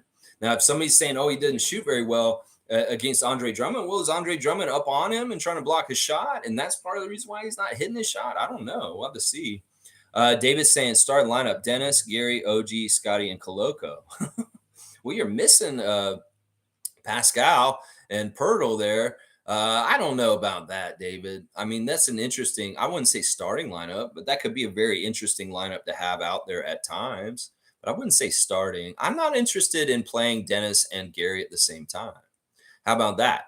Can we put Pascal in there and just drop either Dennis or Gary, and we'll switch OG or Scotty to the guard from the forward, and we'll put Pascal in there? I feel way more comfortable with that. And, Koloko's fine, but that's his spot. It's Pirtle's spot. Seymour saying, is Josh Primo banned from the league, the flasher? I think he might be on the down low. I mean, they're not talking about him. There's a recent article that came out talking about players that have been banned in the NBA over the years, like Richard Dumas, Michael Ray Richardson, Roy Tarpley. There's a lot of different players that have either been outright explained that they're banned or just on the down low secretly blacklisted. And I think Josh Primo may be in this category at this point. In some ways he's Canadian, he's from Toronto, and in some ways they won't protect him for that. And he's very young, and maybe the way he went about what he did was really fucked up, and like the specific details you find out about his case, you're like, yeah, I don't know if we should have him around our team. So I have no idea what's going on with him. We don't hear anything about him. In some ways, he may be dead to the NBA. So I don't know if he's banned or what. It could very well be that, yeah, he's done. And that they're not even going to tell us. Cool Cat saying, Scotty wants to be a point guard, so we have to allow his dreams so he can self-assess. At least point guard duties for a year so we can determine his rookie extension scale too. I'm okay with him running point from time to time. It's just within reason. He's got to understand, and I know that he's got this kind of mindset for himself. He's like, he wants to do what helps the team best. Well, if he's playing point guard and it's realizing that it's not adding up to winning and it's not helping the team be the best the team it could be, he will know that he does not need to be playing point guard, hopefully, and he will not egotistically hold on to it where he knows it's a detriment to the team. That's the thing. Nothing is guaranteed in the NBA. He can want things. He could say, I want to be this, but that doesn't mean that it's going to be, because it has to, in theory, happen on the court and it has to work out in reality. That's the thing. I think that him time sharing at point guard is much more realistic than him just being the full-time point guard. And I think Samson Falk has really got it all on the head, nailing it on the head as far as his outlook on what he sees for Scott. And he has his best intentions at heart. And he really understands what could get him the furthest with his career. You know what Samson's saying that Scotty needs to work on the most right now is his defense. He's not even saying his passing. He's not even saying his offense. He's saying Scotty needs to work hardest on his defense right now. And that's exactly what Scott said at the end of the season. I got to get my conditioning up so I'm better on defense. Well, that's what Samson's saying, the same thing. It's like, if he's better on defense, that'll make the biggest leap for him. And I agree with Samson, because everything starts from defense. And if Scotty can't play sound defense, then we're in trouble. We're going to need him to play absolute solid defense like the Raptors have at times in the last couple of years. So the defense side is the side that Samson's pointing to, and Scotty is also thinking that way too. And the average fan may be thinking more about offense, point guard, shooting. But in some ways, the leaps and strides he can make on the defensive end will help the Raptors with their winning percentage way more. if you think about it, really. So we'll have to see. I'm not against him being a point guard, labeled a point guard, but I don't know if he'll be the point guard 24/7. Maybe he's a point guard half the game or three quarters of the game, or maybe just a quarter of the game. Let's see. David saying Schroeder versus Fred on King's Court. Ooh, that's an interesting brain exercise. Dennis Schroeder versus Fred VanVleet on King's Court 101. Yeah, I wonder how that would go down. I seriously do. I would say this. I'll bet you Dennis would blanket him pretty good because he's so quick and long. And I don't know. I don't know how Fred would do with defense on Dennis. Would have to see that if that could happen. That would be very intriguing. Country Kong saying, I really like Koloko. He got hazed by the refs, but they can't do that his whole career. The 6 blocks against Atlanta early in the season was telling. The late 3 he hit was epic. Very excited for Koloko. Yeah, I want to see him. Obviously, I want to see more and more of him on the Raptors team. But on the 905, I want to see him dominate. I want to see him have a season on 905 where it's like, yeah, he doesn't need to be down here anymore. Because in some ways, that's what the 905 is for. It's like when Fred and Pascal and Chris and Jakob and Norman were down there before, they made it very clear that they didn't belong at that level. So if you find yourself at that level, like Jeff Doughton Jr., Ron Harper Jr., or Koloko, you need to show that you don't belong on that level as much as you can. And that means dominating, overpowering. And if Koloko can be very dominating on the 905 level this year, well, that'll be a good sign that he's outgrown being in the G League. And very quickly, I want to see that this year. He can be clutch. He can hit some late threes. He can do this and that. If he wins some games for 905 as the man in some sort of ways, whether it's a defensive play or a big basket late, these are all good signs and what we want to see from Koloko this year. G's here, just popping in to say hi, away for a few weeks. Go Raptors. All right, G. Have a safe trip wherever you're at. And thanks for popping in and just saying hi. Good. Always good to see Raptor Freak G. Let's see. Infamous saying, I agree, Lex. I think Scotty, hang on. Jump. I think Scotty's more of a power forward. Playing exclusively at the point will stunt his growth and not be taking advantage of his full skill set. Yeah. Yeah, I'm like this in some ways. I mean, I think these are just labels, and in some ways we need to just get rid of them. And just say, like, because people are going to fight online about this kind of shit, and it really is just labels. It's just words. Just let the man play basketball. And if he does point guard kind of things on one possession, he does a power forward kind of thing on another possession. Let's not get all messed up and bent out of shape about it and say, oh, I was right. It was a point guard. It was like, that doesn't even matter. He's a basketball player. He's going to play basketball, and hopefully he'll use his skills to all utmost. And I'm with you. I don't like the labels in some ways. A point forward is a very good idea for him. First of all, because of his height, and then just because he's such a good low post operator. It's like we would be wasting things if we had him outside too much. In some ways, he's not a good enough three-point shooter yet to really have his habitat be out there. We want him down near the basket. It's just too much good fruit on that tree down there. And that's what I'm saying. And Infamous is hearing what I'm saying too. Kareem saying Scotty is not a point guard. He wants to be. So let's just let him. Even we're lying to him, Kareem. Just say, yeah, Scotty, you're a point guard. Yeah, you are. You are a point guard. We love you, Scotty. You're a point guard. If he wants to be called a point guard, I'll call him a point guard. But in some ways, he's not going to be a point guard. He's going to be everything. He's going to be everything. He can be a center. He can be a point guard. He can be a small forward. He can be power forward, shooting guard. It doesn't matter. He can play all 5. And he should switch from all of them. And he can be fluid at any time to be fluidly switching around. David's saying if Scotty wants to be a point guard, Scotty is a point guard. There you go. David said it right there. It's like, look, it's kind of like that. It's kind of like, okay, he wants to be a point guard. Just make him happy. Let's just let him be happy and wants to do that. We'll say that. I'll say Scotty's a point guard every single day on this channel if that's what Scott wants. I will do that. Yeah. MSJ's here. Good to see you, Chris. Hey, y'all. I really like how Koloko is a player this year. And yeah, Scotty Barnes is a point guard this year. We have no choice.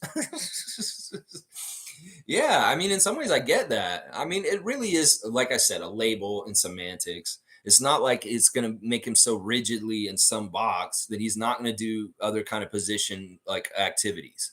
So, and I know Darko is going to probably really explain this to him in a way that's very exciting and creative to him, and he'll buy into it. And maybe, sure, they'll be saying to his face, yes, Scotty, you are our starting point guard. You are a point guard. But in some ways, it's like, it's not totally like he's playing as the starting point guard. I really hope that this is it because I'd love to see the whole diverse versatility of what he can do on the court and not have him limited just because he is the point guard. I think, once again, I think they're just words and labels.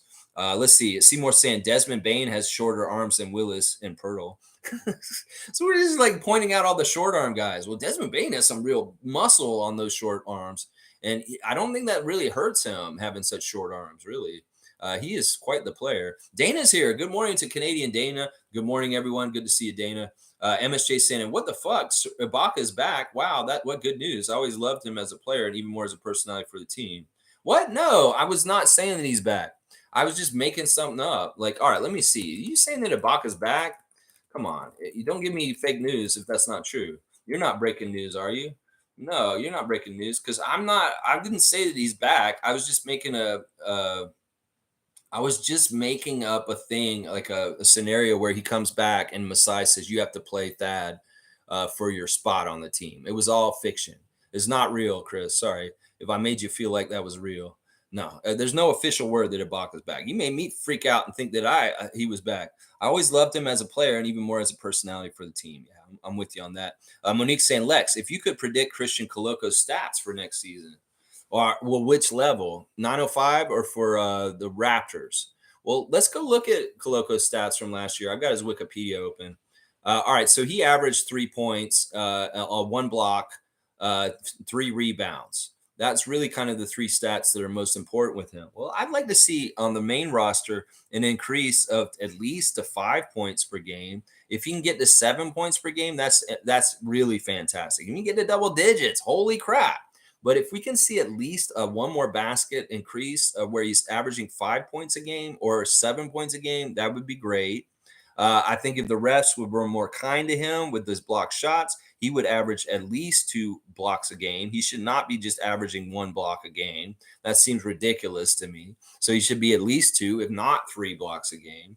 And then the rebounds, yeah, definitely want to see those increase from 3 rebounds a game to like a similar kind of thing with the points. If you can get him to 5 rebounds, 7 rebounds a game, that would be fantastic.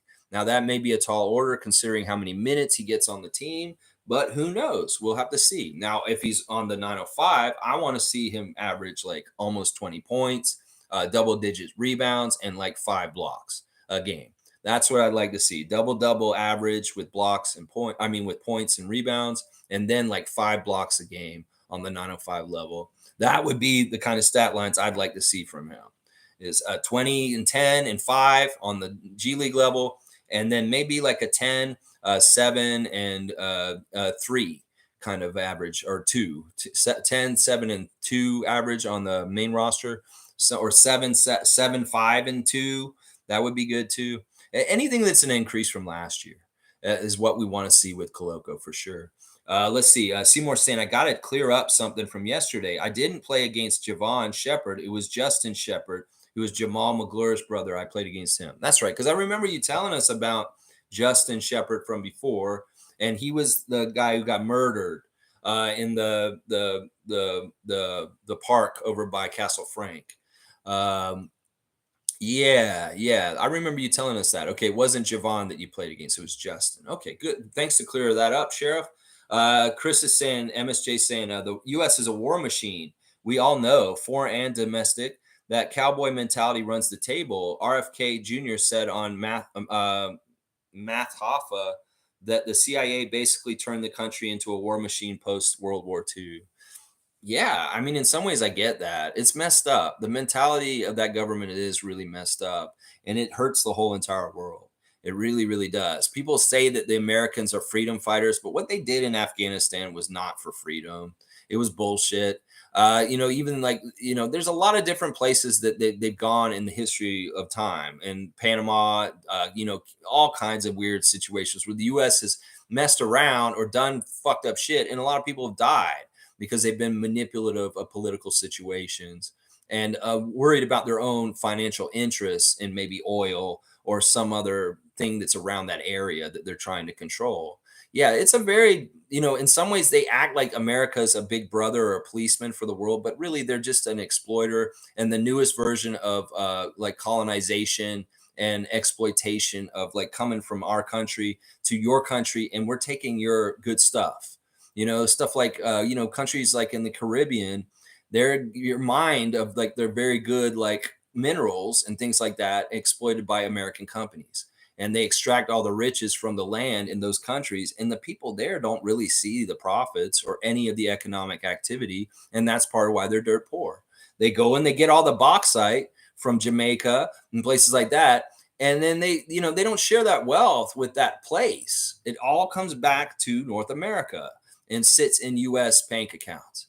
And that's what the newest version of colonialist mentality and exploitation of other regions, the US still is in effect doing that. It's just a hidden version, and they like mask it with humanitarian bullshit or saying that we're getting them freedom by coming in here and messing up the Taliban. We're giving them freedom and all this kind of bullshit. It's all bullshit. They do this shit for their own selfish reasons, and it's usually financial gain. And and it usually being like messed up and causing like civil wars, juntas, coups, all kinds of weird shit in different places. You can go talk to people from Haiti and understand how the U.S. has manipulated the political situations there to make it much worse than it is. There's a lot of this ugliness going on around from the U.S. being the center of the problem. Very much the center of the problem. Seymour says 100% to Chris. Who do you put on Maxey? He exposed us the most the last 2 seasons. Schroeder. Yeah. In fact, that's one of the biggest things about bringing Schroeder onto our team is now we've got a great, quick defensive guard who can really keep up with everybody and run all over the place and won't get tired and is experienced at it and really is a very good, sound, quick defensive guard. He can guard Maxey way better than Fred can, and he will keep up with Maxey way better. Now, Flynn could get a shot at him too. I like having Flynn also as a backup to Schroeder for this kind of stuff. But those two guys are really kind of our best two defensive guards. Maybe Gary a bit too. Gary, I don't know. We didn't really put Gary on Maxey very much in the battles with Philadelphia the last couple of years. But Schroeder, definitely Seymour Schroeder. Yeah. David's saying anyone other than Fred. See, David's just going to kick Fred on his way out. I watched some of the clips with Fred at Wichita State, the clip of him cutting the ribbon for the new athletic center with his kids and the reunion there with like the old Wichita State players there and him just enjoying it. In some ways, I don't have any hate at all towards Fred. I love Fred, and I do wish really good things for him. And it was kind of nice to see him getting that shine at Wichita State recently from Shocker Nation. So let's see. MSJ saying, have been saying this for over a year. Scotty Barnes needs this year to run the second unit as the point guard, have him play double duty as power forward, then in the bench point guard role. If he wants it, he has this year to prove it. Once again, just because people want things doesn't mean they should just get them. That it really has to make sense for winning, and it has to make sense for the team and their schemes and things. Not just because fans want, I want Scotty to have this. That's bullshit. It should never be that way. It should be because the coach decides this is the role that's best for our team as far as us adding up to winning more games than losing. And that's the whole thing that should matter in this. Whatever Scott does, it should be adding up to winning. And he's such a versatile blank canvas to do all kinds of different things and go in all kinds of different directions. There will be different people with differing opinions of what Scotty should be doing on the court. But the thing is, it really is the kind of thing is like, let him do what is the next winning play in whatever position or role it is, because he can do it all. And that's what will help us the best. And as Samson said, he gets better on defense. Everything else will get better. Defense is the key for Scott right now. He gets better on defense, and everything else is going to get better for him all around. Watch. I don't mind this. And in some ways, this is what Nick was doing already with him last year, kind of having him be the second unit point guard. And I don't mind that. I don't mind him being the starting point guard. But he's got a backup guy that will take care of things if he's faltering. It may be better to start him as a point guard. We get off to a bad start. We're not playing very well. I get it. But if we're doing fine, we'll let him keep going. That's what I'm saying. We could maybe start him at point guard and have the quick hook just in case it isn't working. That may be the way to do it too. David's saying probably Schroeder or Seymour, best defensive guard on the team probably. Yeah, Schroeder definitely. David's answering the same answer that I said earlier. Fastest anyway. Yeah, Dennis is very fast, and he's quite strong for such a stringy little guy. He's very strong. Seymour saying seems like the only option we got to contain him. I can't stand the Sixers. Yeah, Schroeder's going to be a big help, and this will help a lot with a lot of quick guards around the league. This is a big problem we had last year, and this is part of the reason why Dennis Schroeder's arrival is going to be a big help to us. Is that he's going to be able to slow down opposing guards that are quick to get up and down the court. He will get in their way. He's not going to let anybody just like dribble real quick right down the court and lay shit up like things were happening to us last year. None of that's going to happen. He will get in between them and he will stop the ball. I promise you that. If there's one thing I know about Dennis Schroeder is he's a dogged defender and he will not let people get easy points by just dribbling up and down the court and getting by him. He will very much be on them. Very much. Yeah. David can't stand the Sixers either. Yeah, I'm with you guys. Cool Cat saying, I want Scotty to play football to develop his twitch foot skills. Foreign players all play football. And you see the swift twitch foot movement Pascal, Giannis, Luca, Koloko, and Embiid have. Yeah. I think Scott does a little bit of like soccer kind of stuff. I don't know if I've ever seen him dribble the ball and stuff. It's really cool. Dennis is already saying, because he's a soccer player also, he's already saying that he loves Siakam's like pregame ritual of kicking the ball around like a soccer ball. And he wants to get with him and talk about doing a little ritual between the two of them, doing some soccer stuff before the game.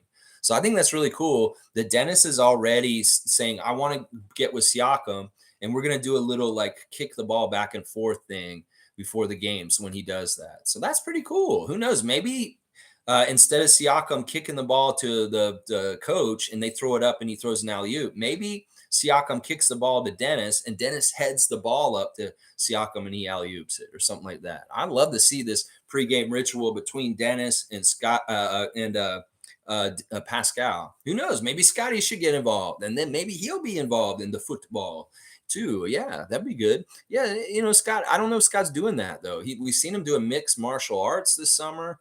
I'm sure he likes to swim. There's other different activities. He loves football. Who knows? But maybe not soccer. I don't know how much soccer he's actually playing, but you're right. In some ways, this always benefits players that play basketball with footwork on the court. If you can play soccer, that's a really good thing with your footwork on a basketball court. Akeem Olajuwon, Kobe Bryant. These guys all had good footwork, partly because they were good soccer players also. David's saying, I do love Maxey, though. Always smiling. Seems like an awesome kid and quite a baller. Yeah, Maxey's a great player. How can you not like him? In some ways, like we're Raptors fans. We love the Raptors, but we don't hate Maxey. Maxey's this guy that does it right, and he doesn't hate us either. He's very outspoken in interviews that he loves playing in Toronto. He loves our activities as fans that we're so passionate and then we get behind it. In some ways, he loves being the enemy against us, but he respects us. And he really does enjoy playing against Toronto. And there's just certain things like that. How can you not like him? He's just a likable young man, and he is a very good NBA player. So it's possible to not hate every single person on a team you hate. That's for sure. Yeah. Seymour saying the league has issued Lillard and his agent warnings about not playing for any team other than Miami. This is going to be interesting. Yeah, we're going to talk about this tomorrow, Seymour. Sunday special report.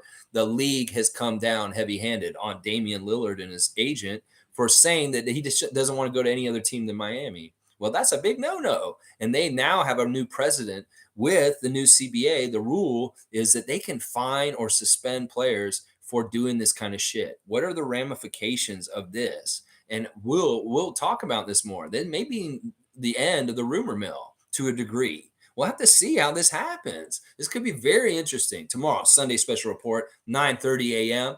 The NBA coming down hard on Damian Lillard and his agent about tampering, about moves for trades. Very, very interesting stuff. We will go in depth tomorrow.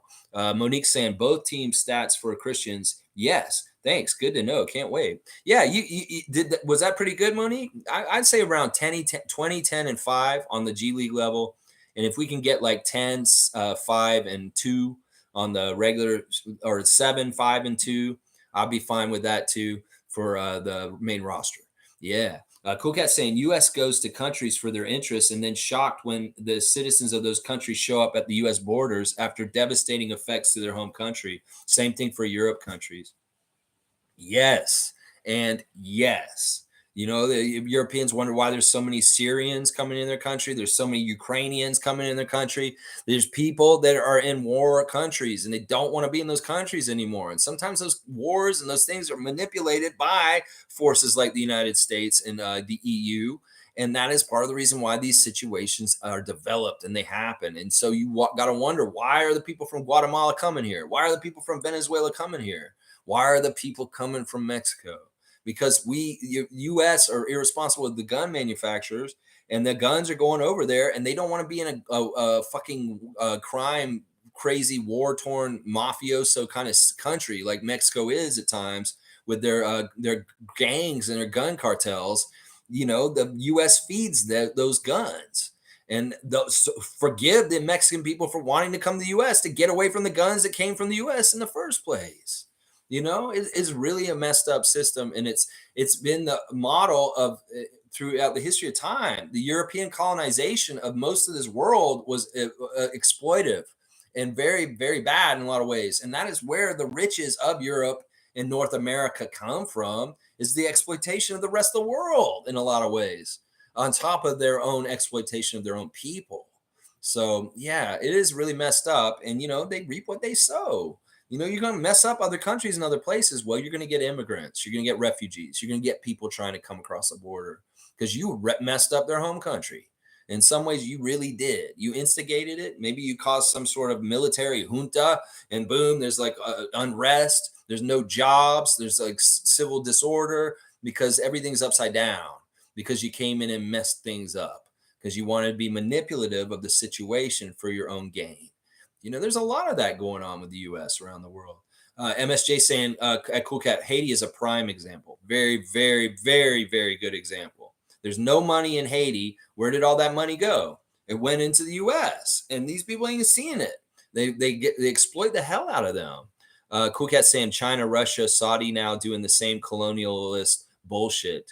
Cycle continues. Yeah, China is very much involved in the continent of Africa in very weird exploitive ways at this point. This is true. You know, powers that be go out and try and make. This is why I hate that whole mindset, that capitalist mindset, that money over everything mindset, because it's destructive. It destroys this world. It destroys countries. It destroys people.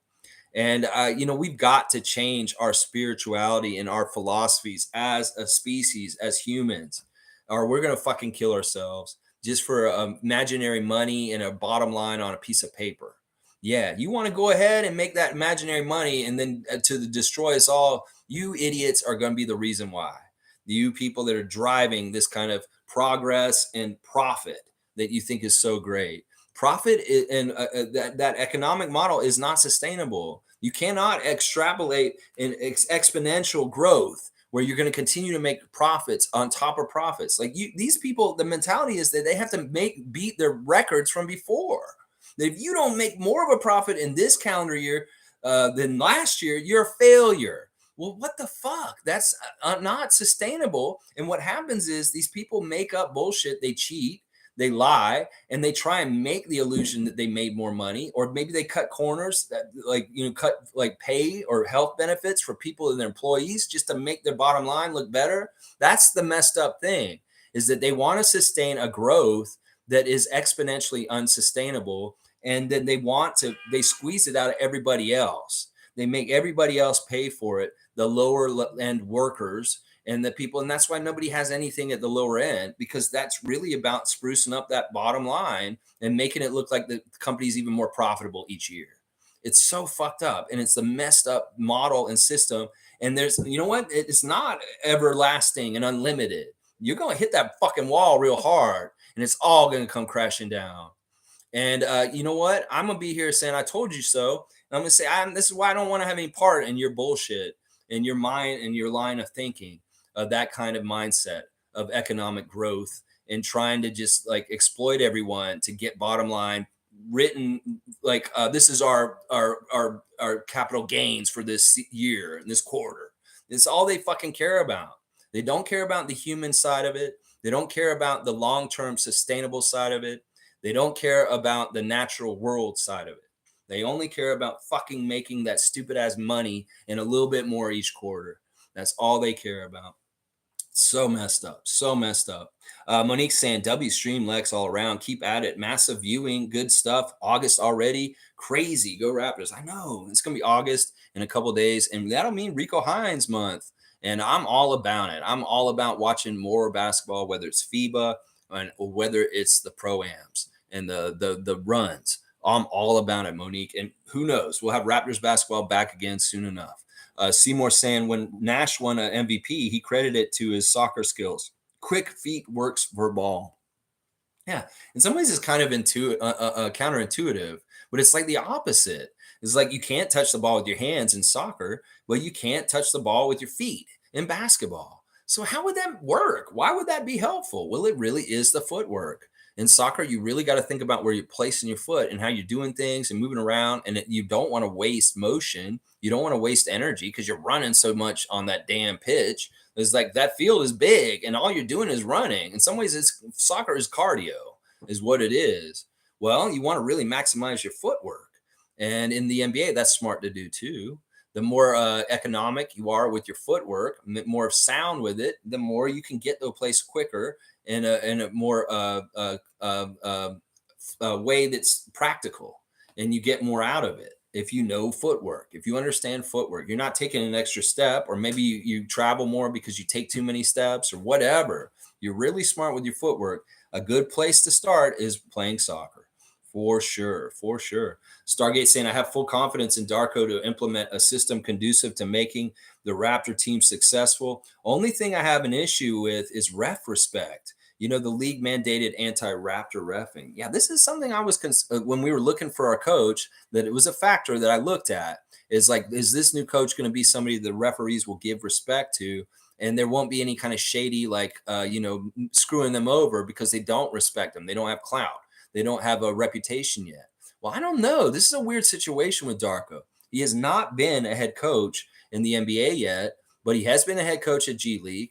He has been a head coach extensively in Europe, and he's dealt with a lot of refs. He's also been around a bit, and it could be that he's interacted with a lot of the referees already. We'll have to see. I don't know for sure what his relationship will be with the referees, whether he gets calls or not, but maybe he will. Maybe he's that kind of guy where he's likable enough that the referee's like, all right, Darko, I'm not going to give you this one, but I'll get you next time because I respect what you're saying there. All right, thank you, Tony. Please, please. You know, it's like it could be like that, easy. Who knows? He may be able to finesse the refs a little bit with like being like friendly and being kind of charming instead of like being butthole faced like Nick. Whoa, what is that called? And yelling and being all upset. Let's see if we get more with some sugar instead of salt.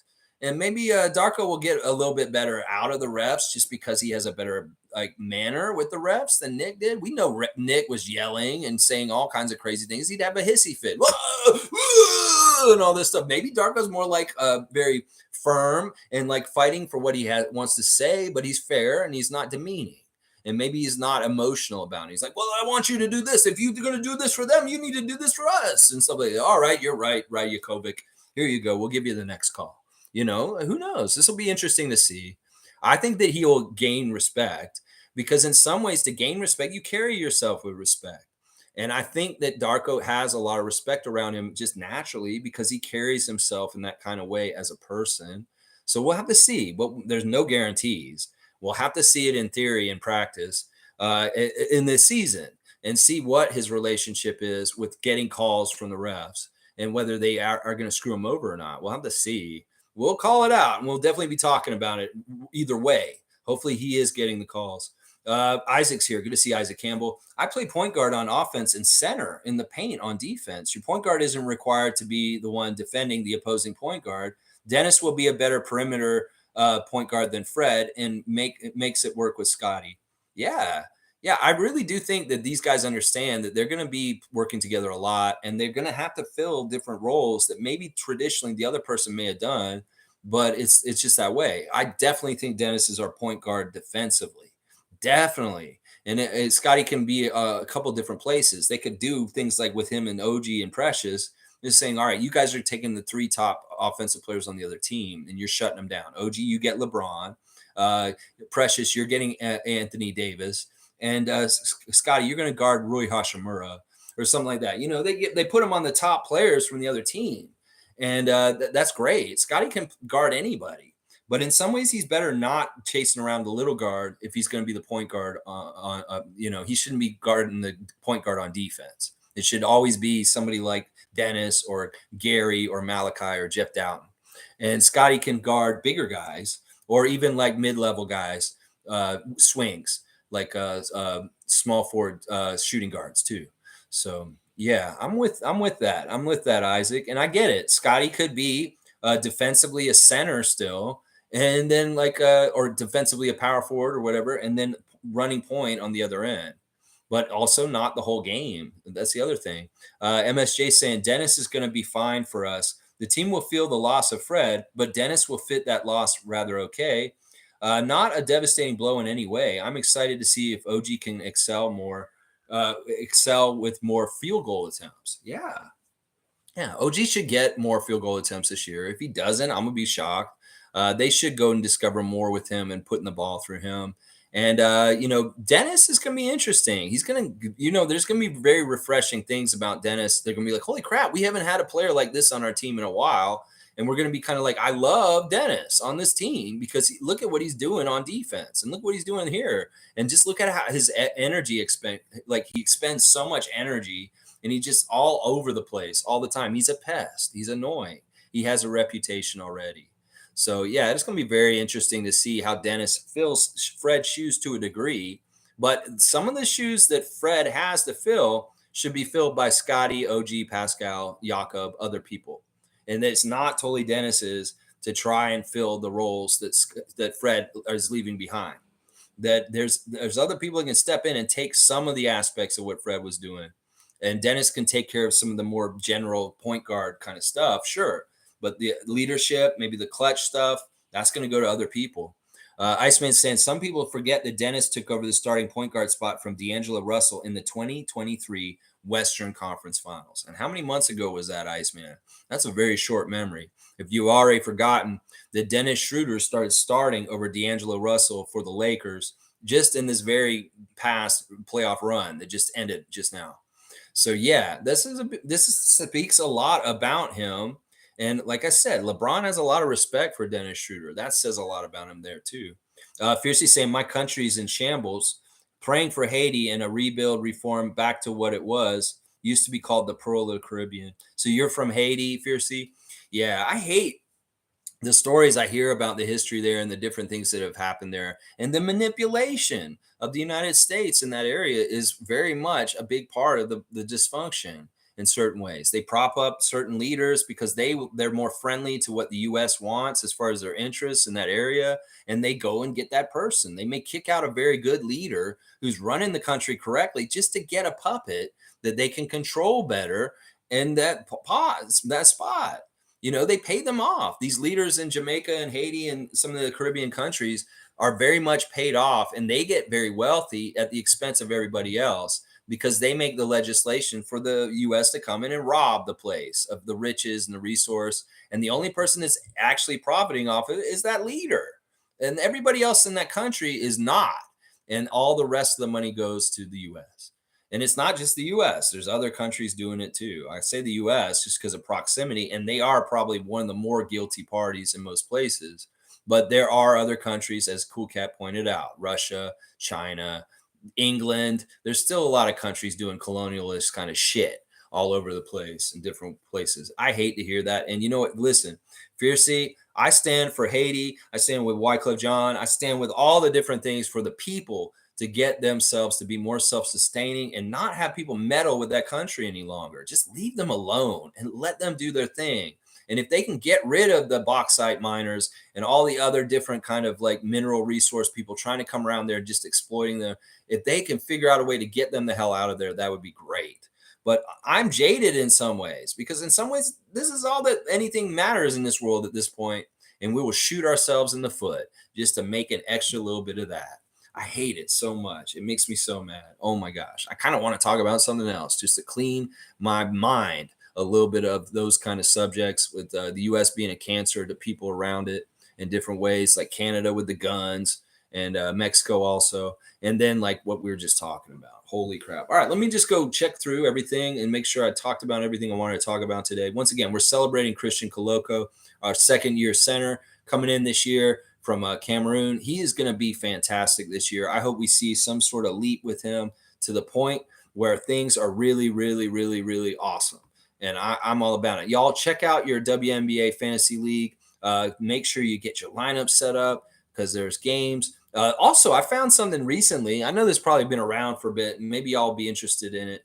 There's a site called Hoop Grids. It's kind of like the Pirtle game. There's basically a grid, and they have teams and categories, and you have to find a player that fits in both categories. It's actually quite fun. I started doing it just in the last week, and it's really fun. I'll put the link in here at the bottom. You guys check it out. It's a fun little NBA game, and if you know your players and histories and stuff, you can have a lot of fun trying to get a higher percentage than most people, getting that 99%, trying to guess these answers. An old head like me does very well at this. When you know Paul McKeskey and Brad Lowhouse, yeah, this is the kind of game for you. So check out the Hoop Grids. I'm sure some of y'all already play it. I just didn't know about it until recently, and I found it very exciting and fun.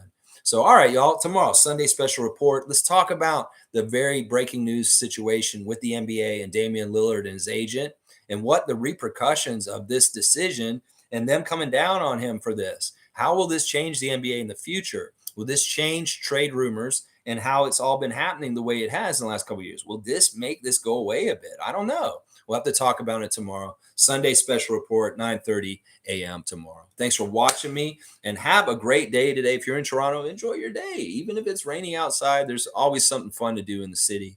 And have a fantastic time. Please like, comment, subscribe, and share. And thanks everybody for all the great comments and the great discussion this morning and everything, just everything. Thank you, Raptor Freaks. All right, y'all, have a great day, and let's go Raptors.